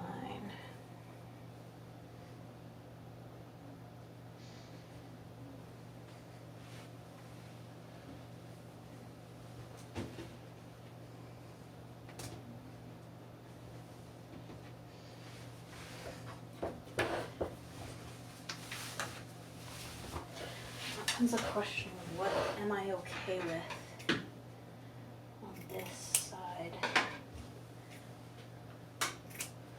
After I put these together, I think we're going to because I'm okay if it's a little bit lower cut in the back. I'm going to clip along this edge and then re-sew this with the triple stitch. Then we're gonna sew the two sides together with a single stitch. Finish that seam once it's clipped with an overstitch.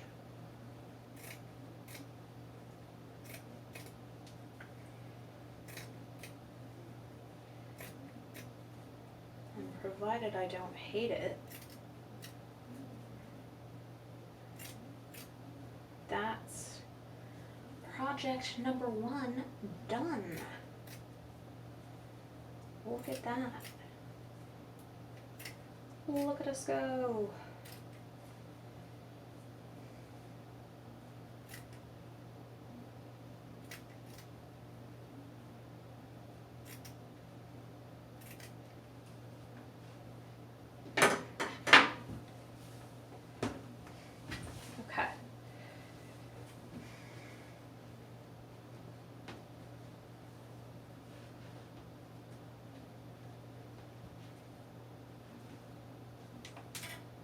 I was about to say, I think we can get away without pinning, but you know what? Let's just not tempt fate.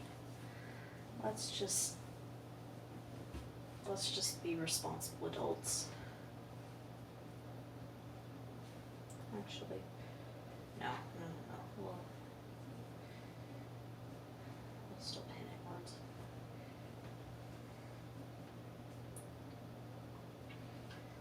Let's be responsible adults and pin stuff.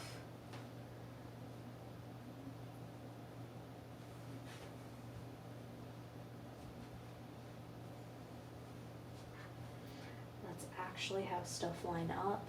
Oh my goodness, what a concept.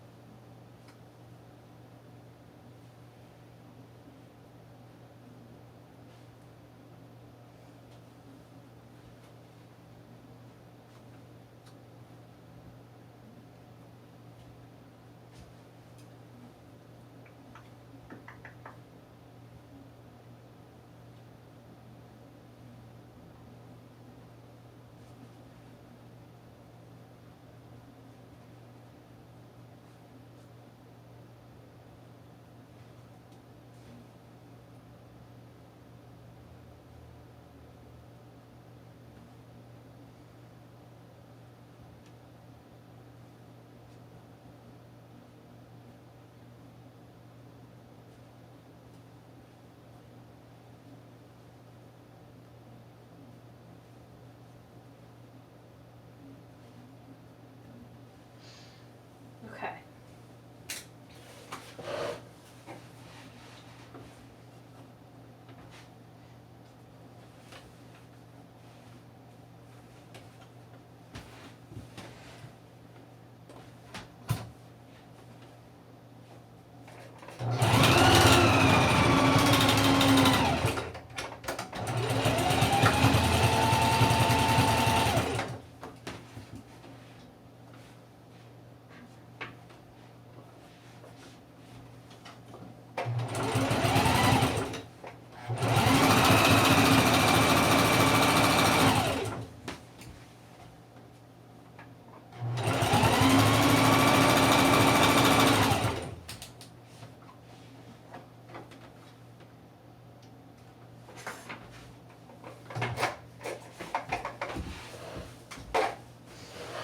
I need to put like a non-slip.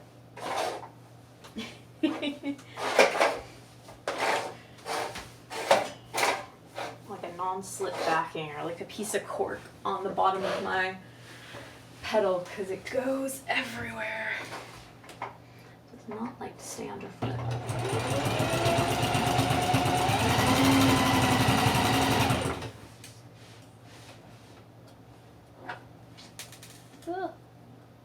Back in the cactus.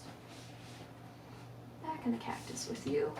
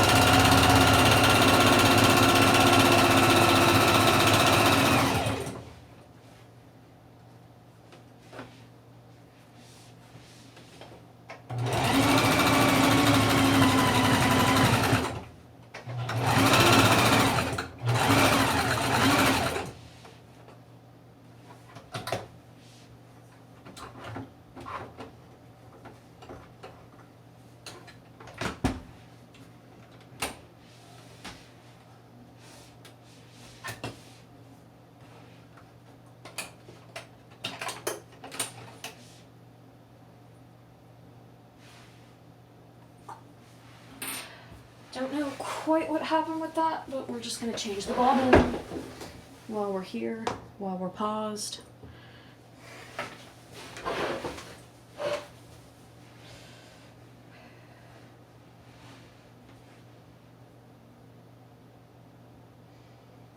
That chewed up the fabric a little bit more than I wanted, but it's gonna be okay.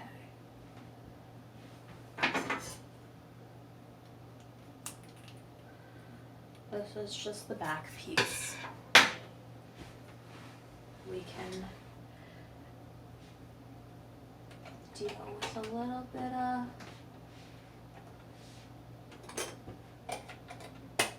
fabric getting chewed up on the back piece. That's why we have a back. That's why we have a front and back. So that we can really, come on.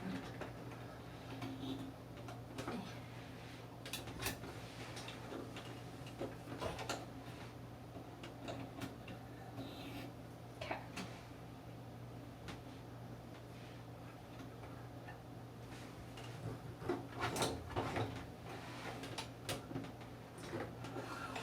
There we go.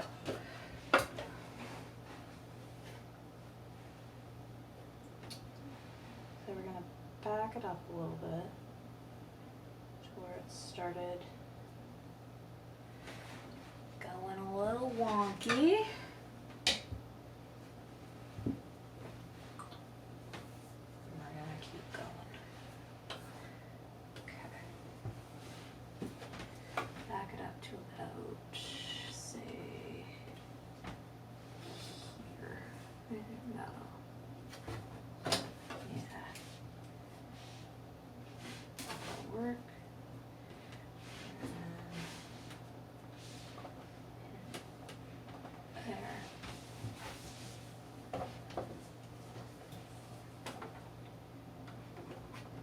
Just down.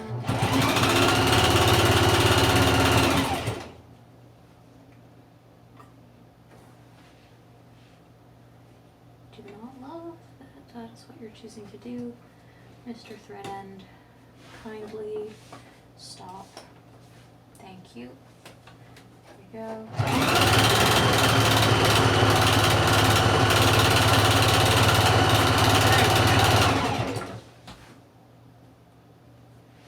Ha ha ha. It is working. Ha ha ha.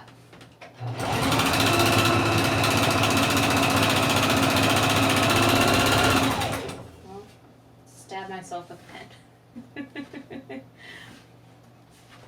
But as me and my beloved Shannon love to say, if you didn't bleed on the project at least once, did you even do the project?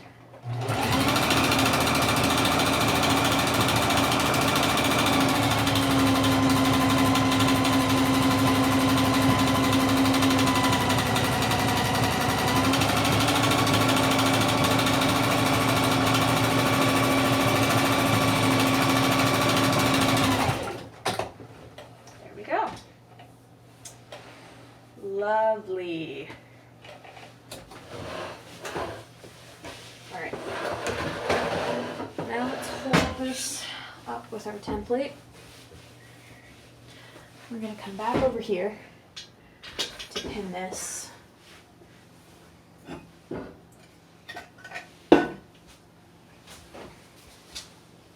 trimmings, I don't think we're going to end up using our trimmings. I'm glad I pulled them just so I could have an idea of the possibilities, but I don't think we're going to need them. So we have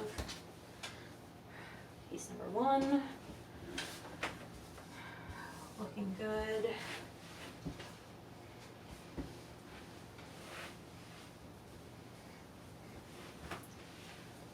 How does it compare to our, oh, yeah. Yeah, that's pretty dang accurate. Piece number 2, I have a feeling it's going to be a little shorter than what,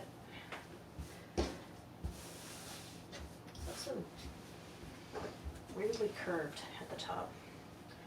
Not sure quite why it did that, but it'll probably be fine.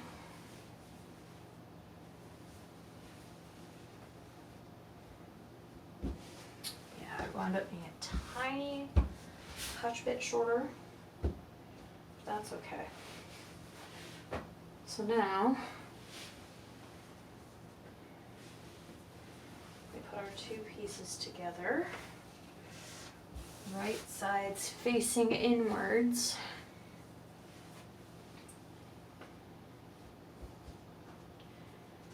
We're going to stitch along our seam allowance. So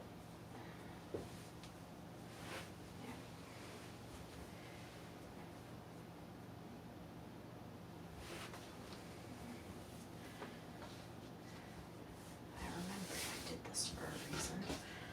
I put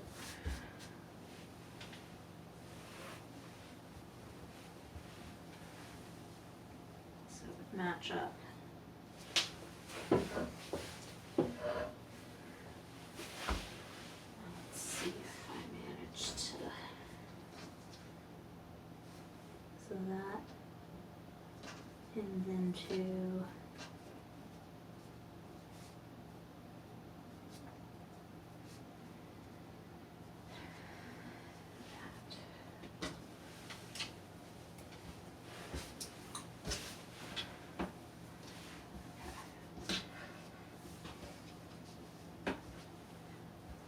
I think we're just gonna have to do each of these kind of by eye. Just to make incredibly sure that they are lined up. I mean, I guess as long as the hems meet at the top and the bottom, it's probably fine. Like,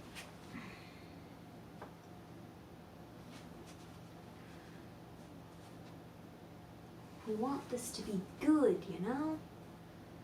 We want it to be good. We don't want it to be crap. We want it to be good.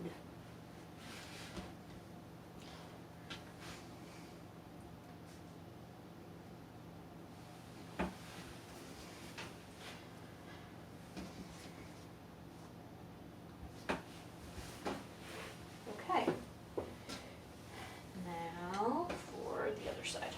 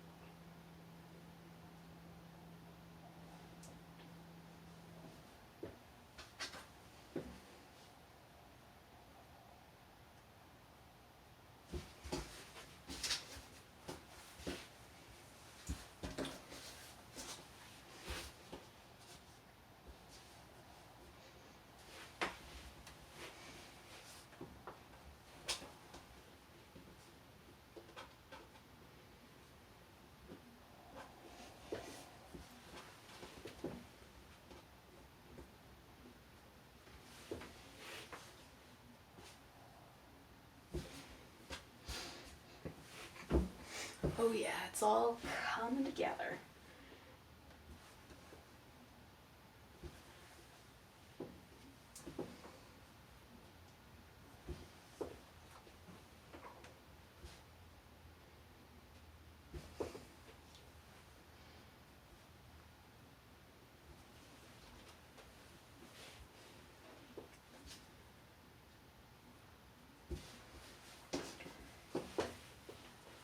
Okay, let's take it back to the machine.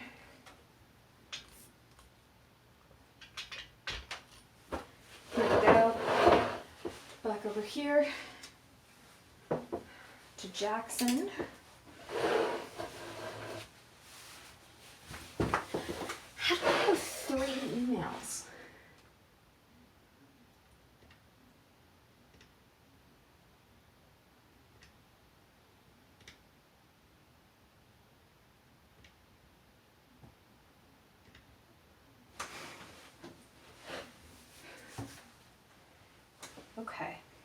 So we are going back to regular stitching. We are going to a stitch length of 3. We are going back to single stitch. We're going to do a width of 1. It's single stitch. We don't want it doing anything fancy. We want to go in a straight line. Well, mostly straight. There's a little bit of a curve. Here we go.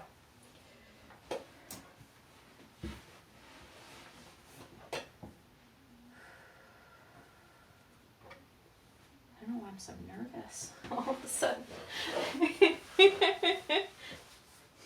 Why is this making me nervous? I guess because it's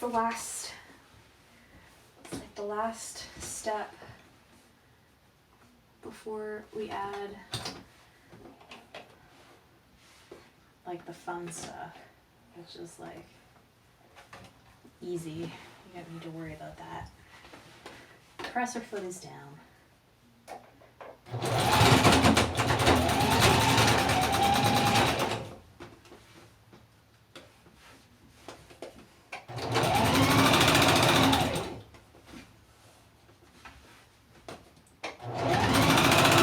Following the curve.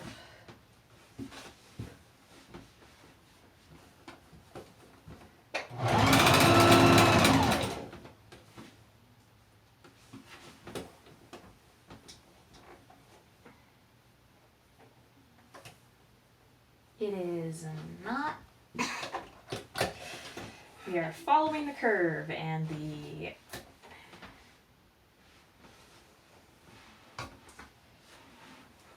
top thread is broken. So that did absolutely nothing.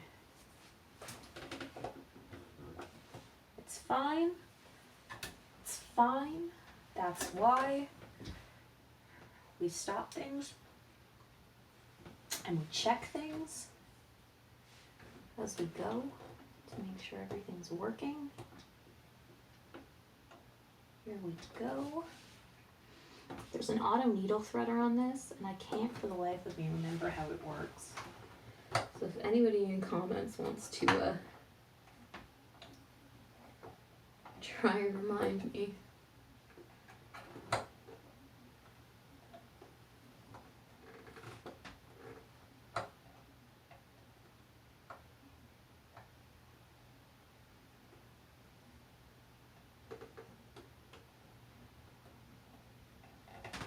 Oh wait, do you see as I'm thinking it is?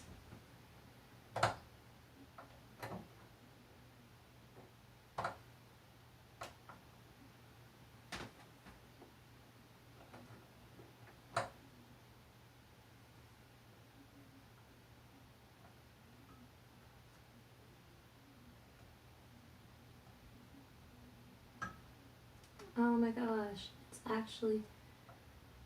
Oh, now I remember how to do this. There we go. Okay. That's actually super helpful. So, glad I remembered how that works. All right, see you Tuesday. Thank you for stopping by.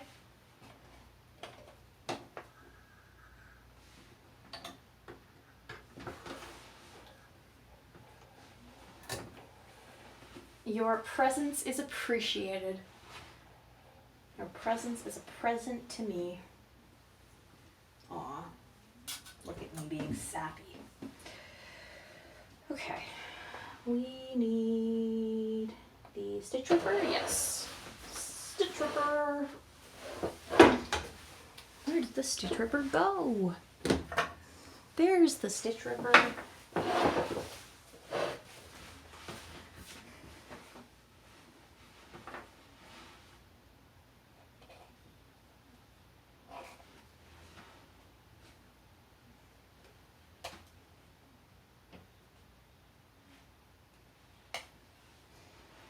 Okay, this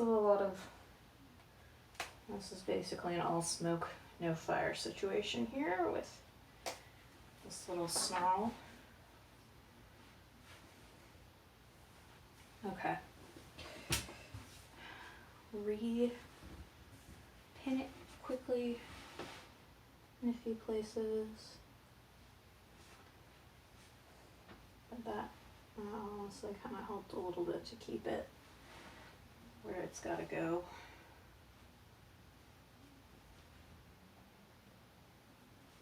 Okay. Let's try this again.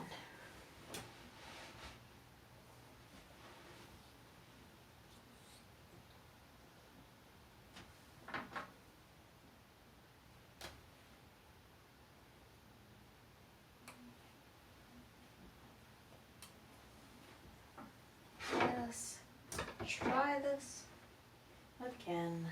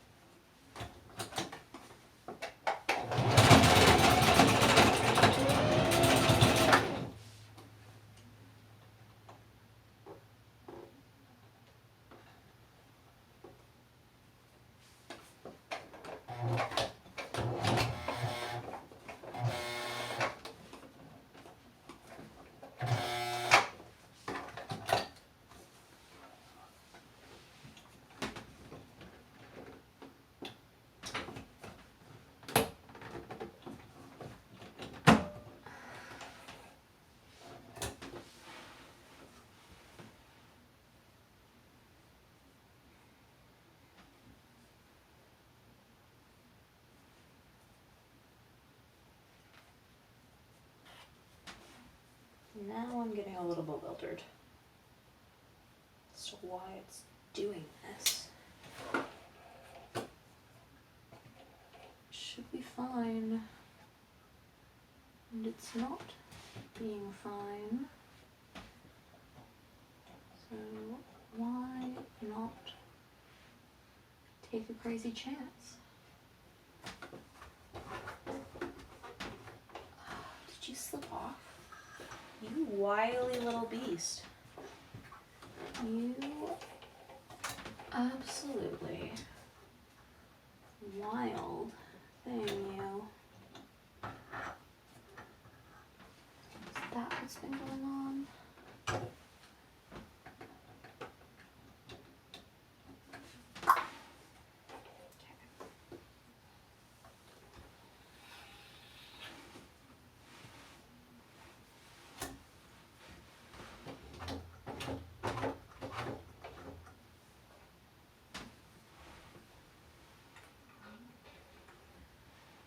Three, 4, 5,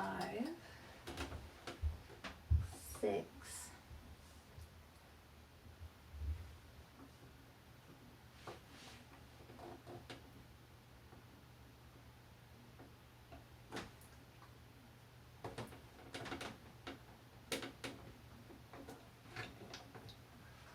7.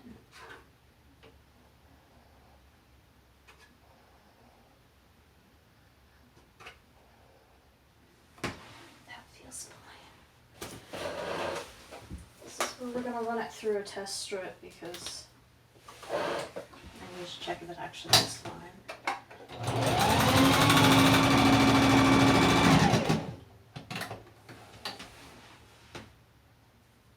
It's fine, so...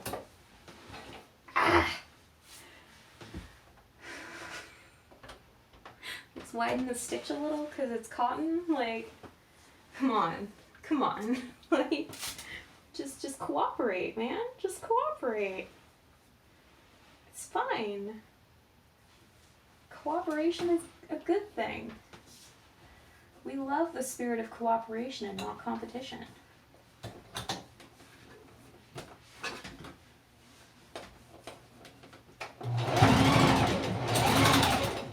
Okay, that sounds better. Definitely sounds better.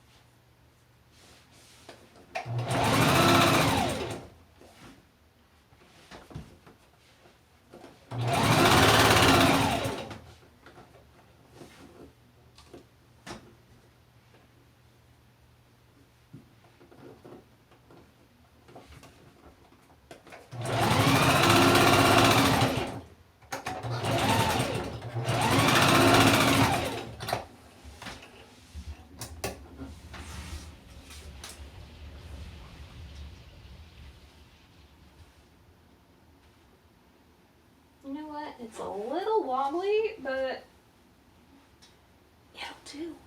It'll do just fine. We're going to do the same on the other side.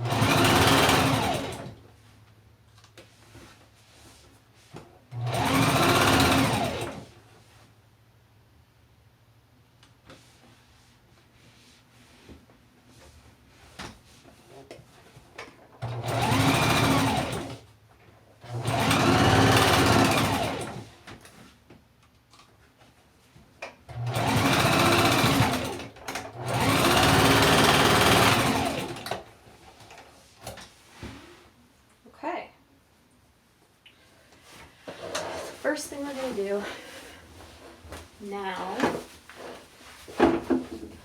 we're going to try this on. It doesn't have straps yet. We're just going to test and see if this thing actually goes on.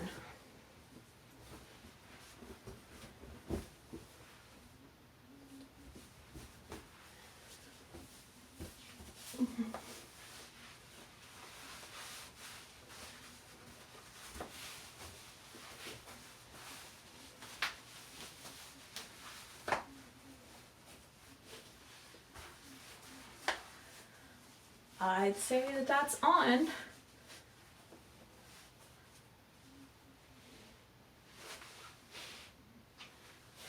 Yep. That's on. I'm gonna go check it in the mirror.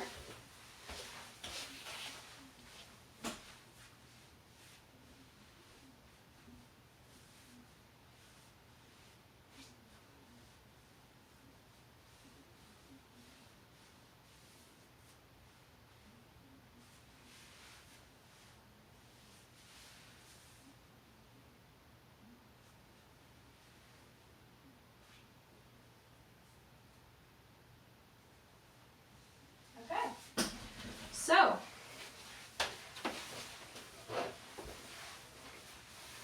it's not as stretchy as the fabric of the tank top. So I actually might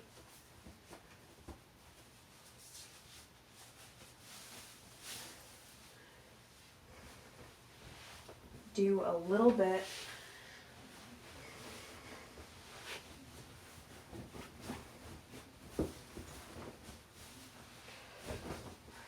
put a little bit more space.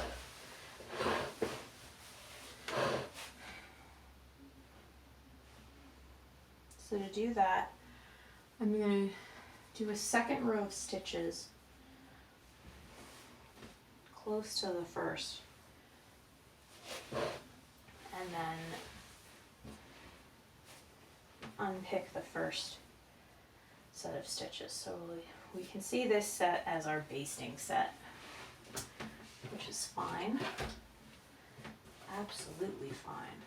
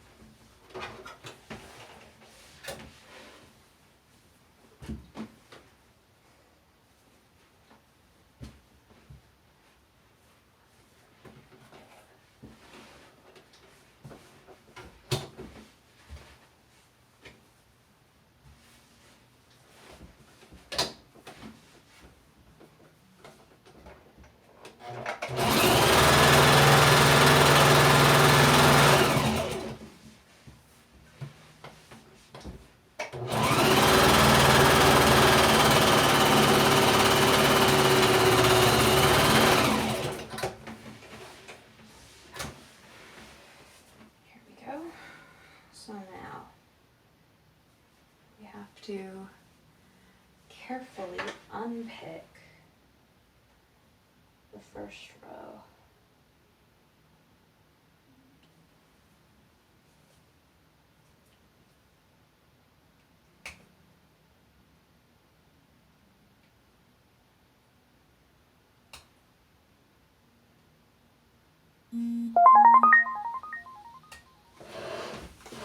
We also have to plug in the camera, because I would hate for it to die on us as we are still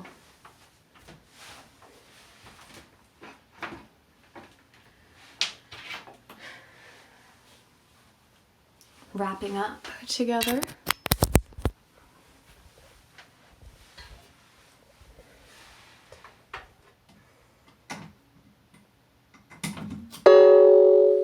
There we go.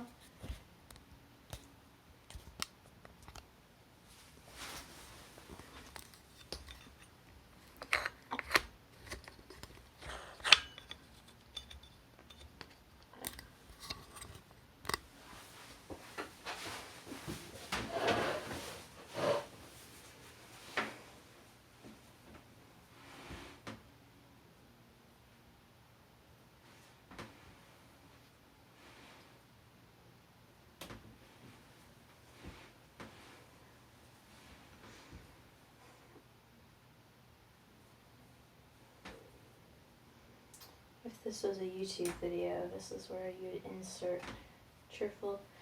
But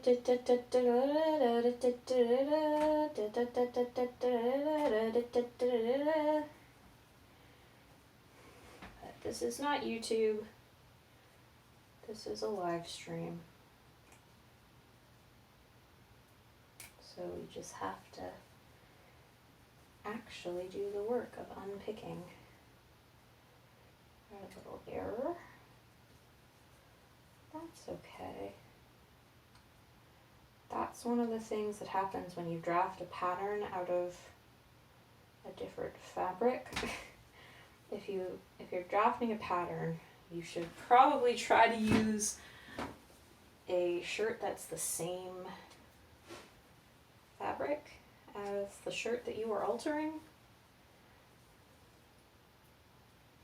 which I did not do in this case, but I'll know that for next time. And well, for next time I'll have this, and hopefully with letting these two side seams out, it fixes the problem, because there's no length problem. The length is still fine. It's a question of the width. I think the other tank top must have some amount of synthetic in it.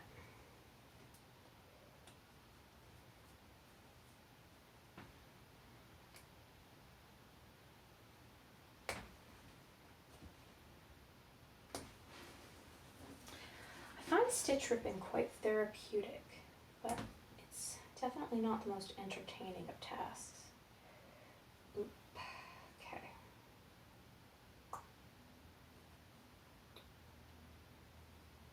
There's a little hole now, but we'll be able to fix that.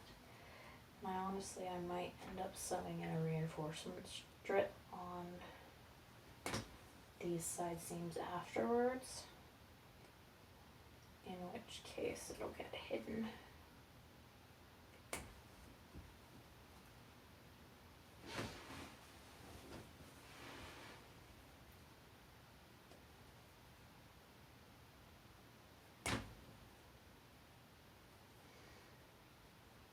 That's why you want a side. When you're seam ripping, you want to be as careful as possible so that you do not end up making a hole in the actual fabric.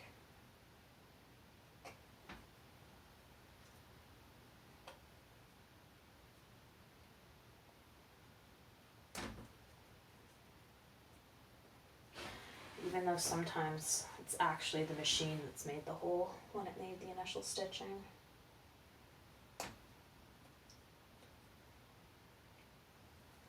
Now, if this was a plain cotton, I could of course just shove the rounded tip in and just do the whole row, but, or if this was denim, but because this is a knit that is liable to catch,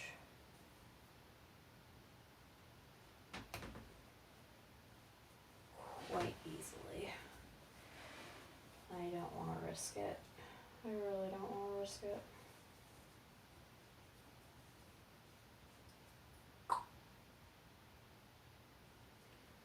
Especially seeing as these particular shirts that I'm altering are, as far as I can tell, no longer available. Yeah, I'm definitely going to want to put a little bit of reinforcement on this seam. Now, just because we've had to stitch rip down it, well, that's okay. That's okay.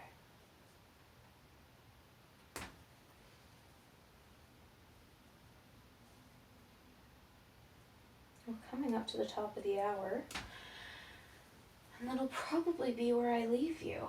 We'll get a second fitting in, and then the tank top will be basically done.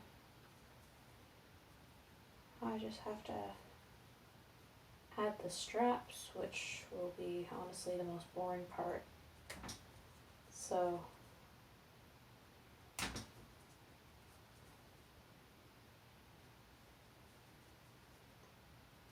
I can just do that off camera so that we can do something else the next time we are together for Saturday afternoon handicrafts. Thank you so much for watching.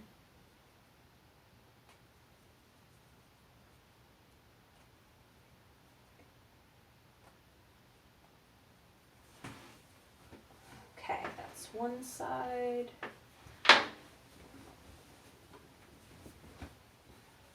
Now let's do the other side quickly.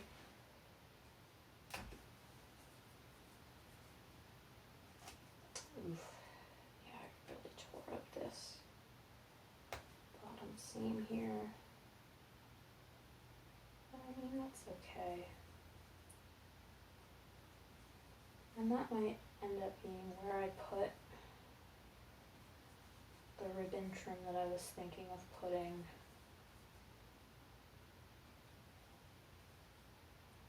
Along the neckline, I might put it down here as a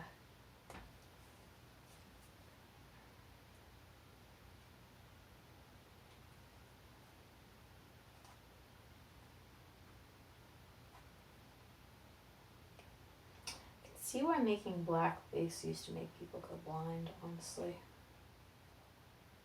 Here's I pick stitches out of black on black. I get it. I get why in Madeline's, the one where Madeline gets kidnapped, I understand why her having to make black lace is this like giant threat. Because yeah, if I had to do this like every day for hours a day,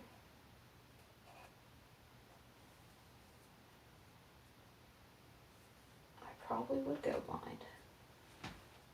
That reminds me, it's time for an eye check. So if you have been staring at your screen, I want you to look away. Don't worry, I'm just sitting here unpicking stitches. You're not going to miss anything. You're going to look away. You're going to look at a wall. You're going to look at, I don't know, your cat, your wife, your dog, out your window. Out your window is probably best. You're going to do that for 20 seconds. We're going to try and do that every 20 minutes. I haven't been as good about that in this here stream, but then again, I am not straining my eyes by doing this, except this last little bit with the stitch ripper, but you at home watching me need to make sure you are taking breaks, because I care about you and I care about your eyesight, because you only get one set of eyes. Well, can we do eye transplants now? Are those a thing? So I guess technically you can get a second pair, but you don't want to have to.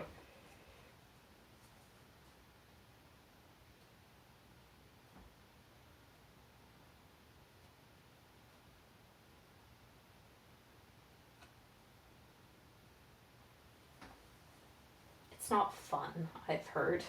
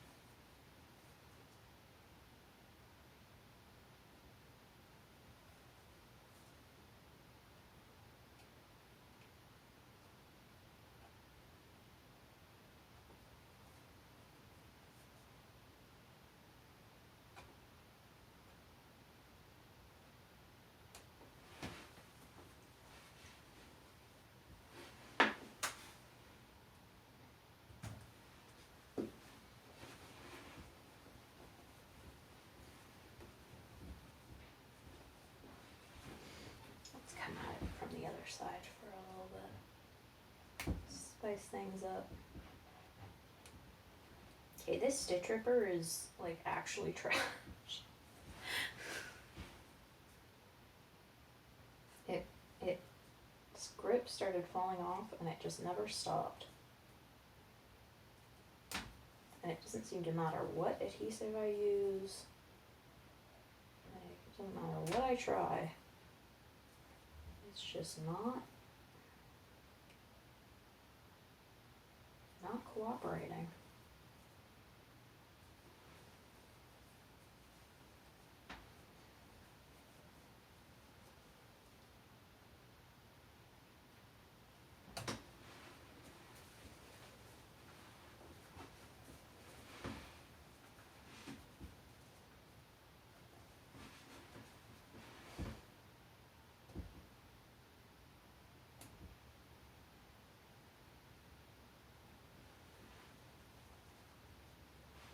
Oh.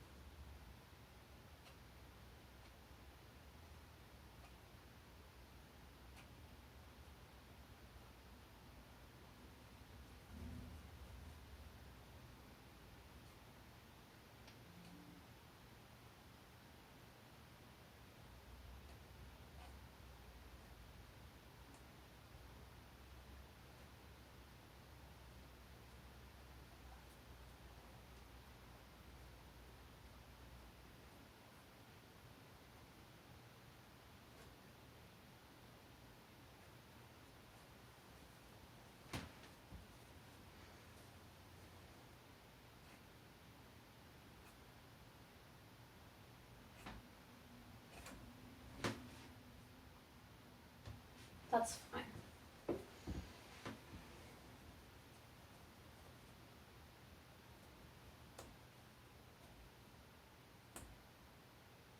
We're going to be done fairly soon, so that's okay.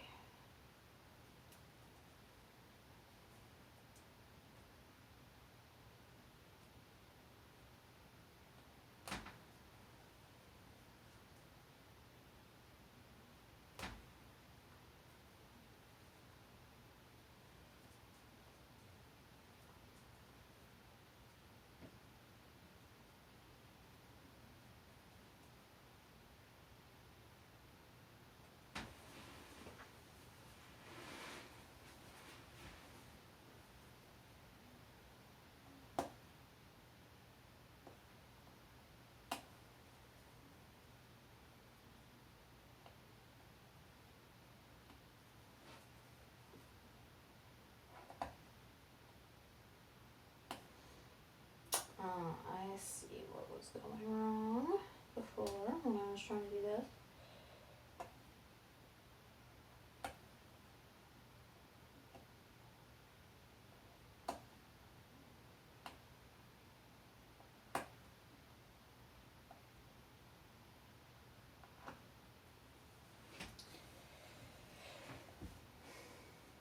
It's because there's a certain amount of back stitching that happened as well.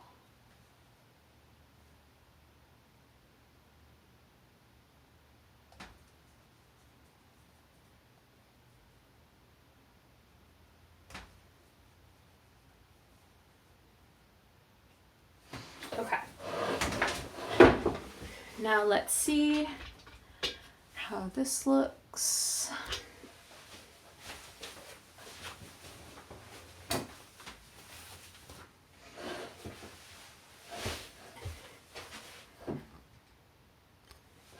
There.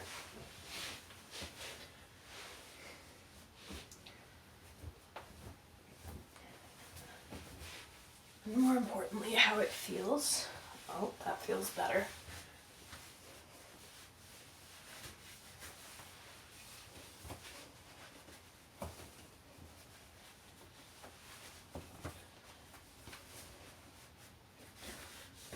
Yes, that is much better.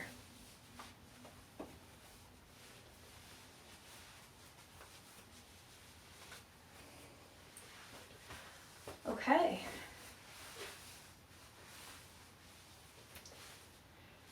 Everything's sitting where it should. These are gonna get pinned up. All right.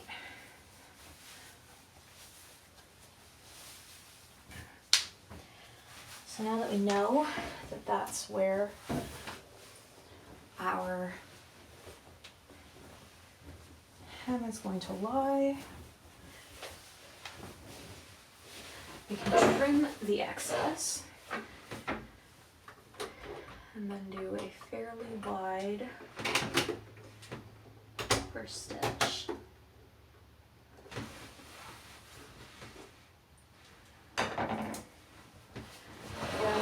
I'm going to do it on our piece of sample cotton, just to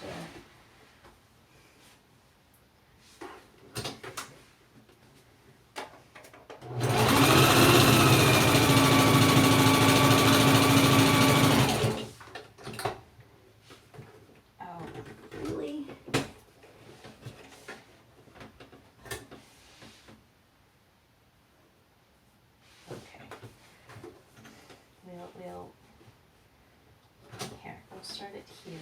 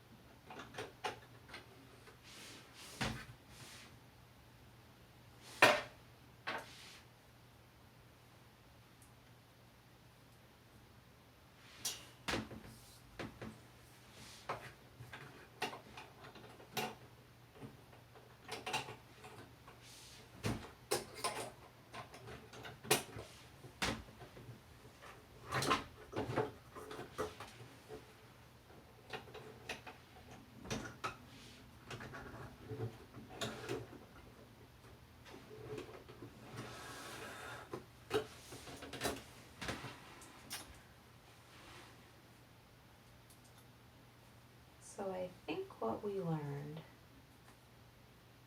is we need to go slower.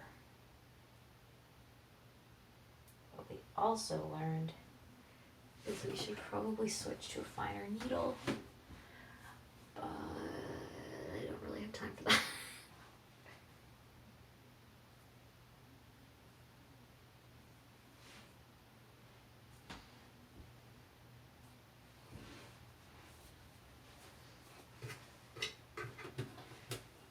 What if we,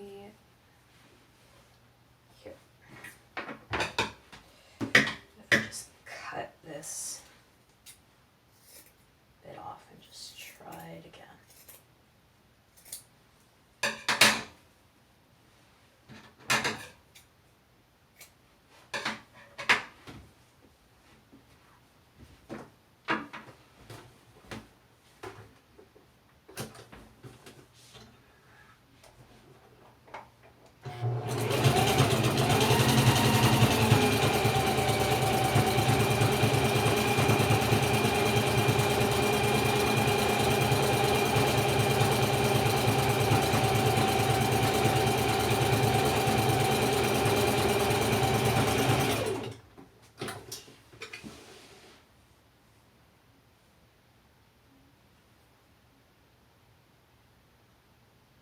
Yeah, that is what we want it to do. Perfect. Let's do a slightly less wide width.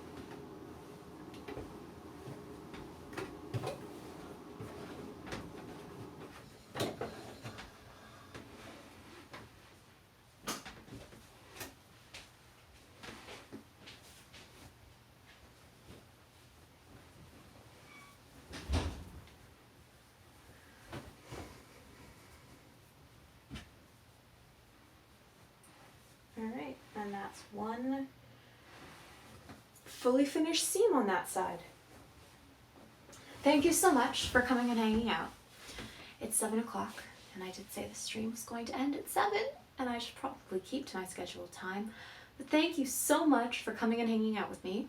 We will be back maybe tomorrow, who knows? Maybe tomorrow will be Sunday Fun Day.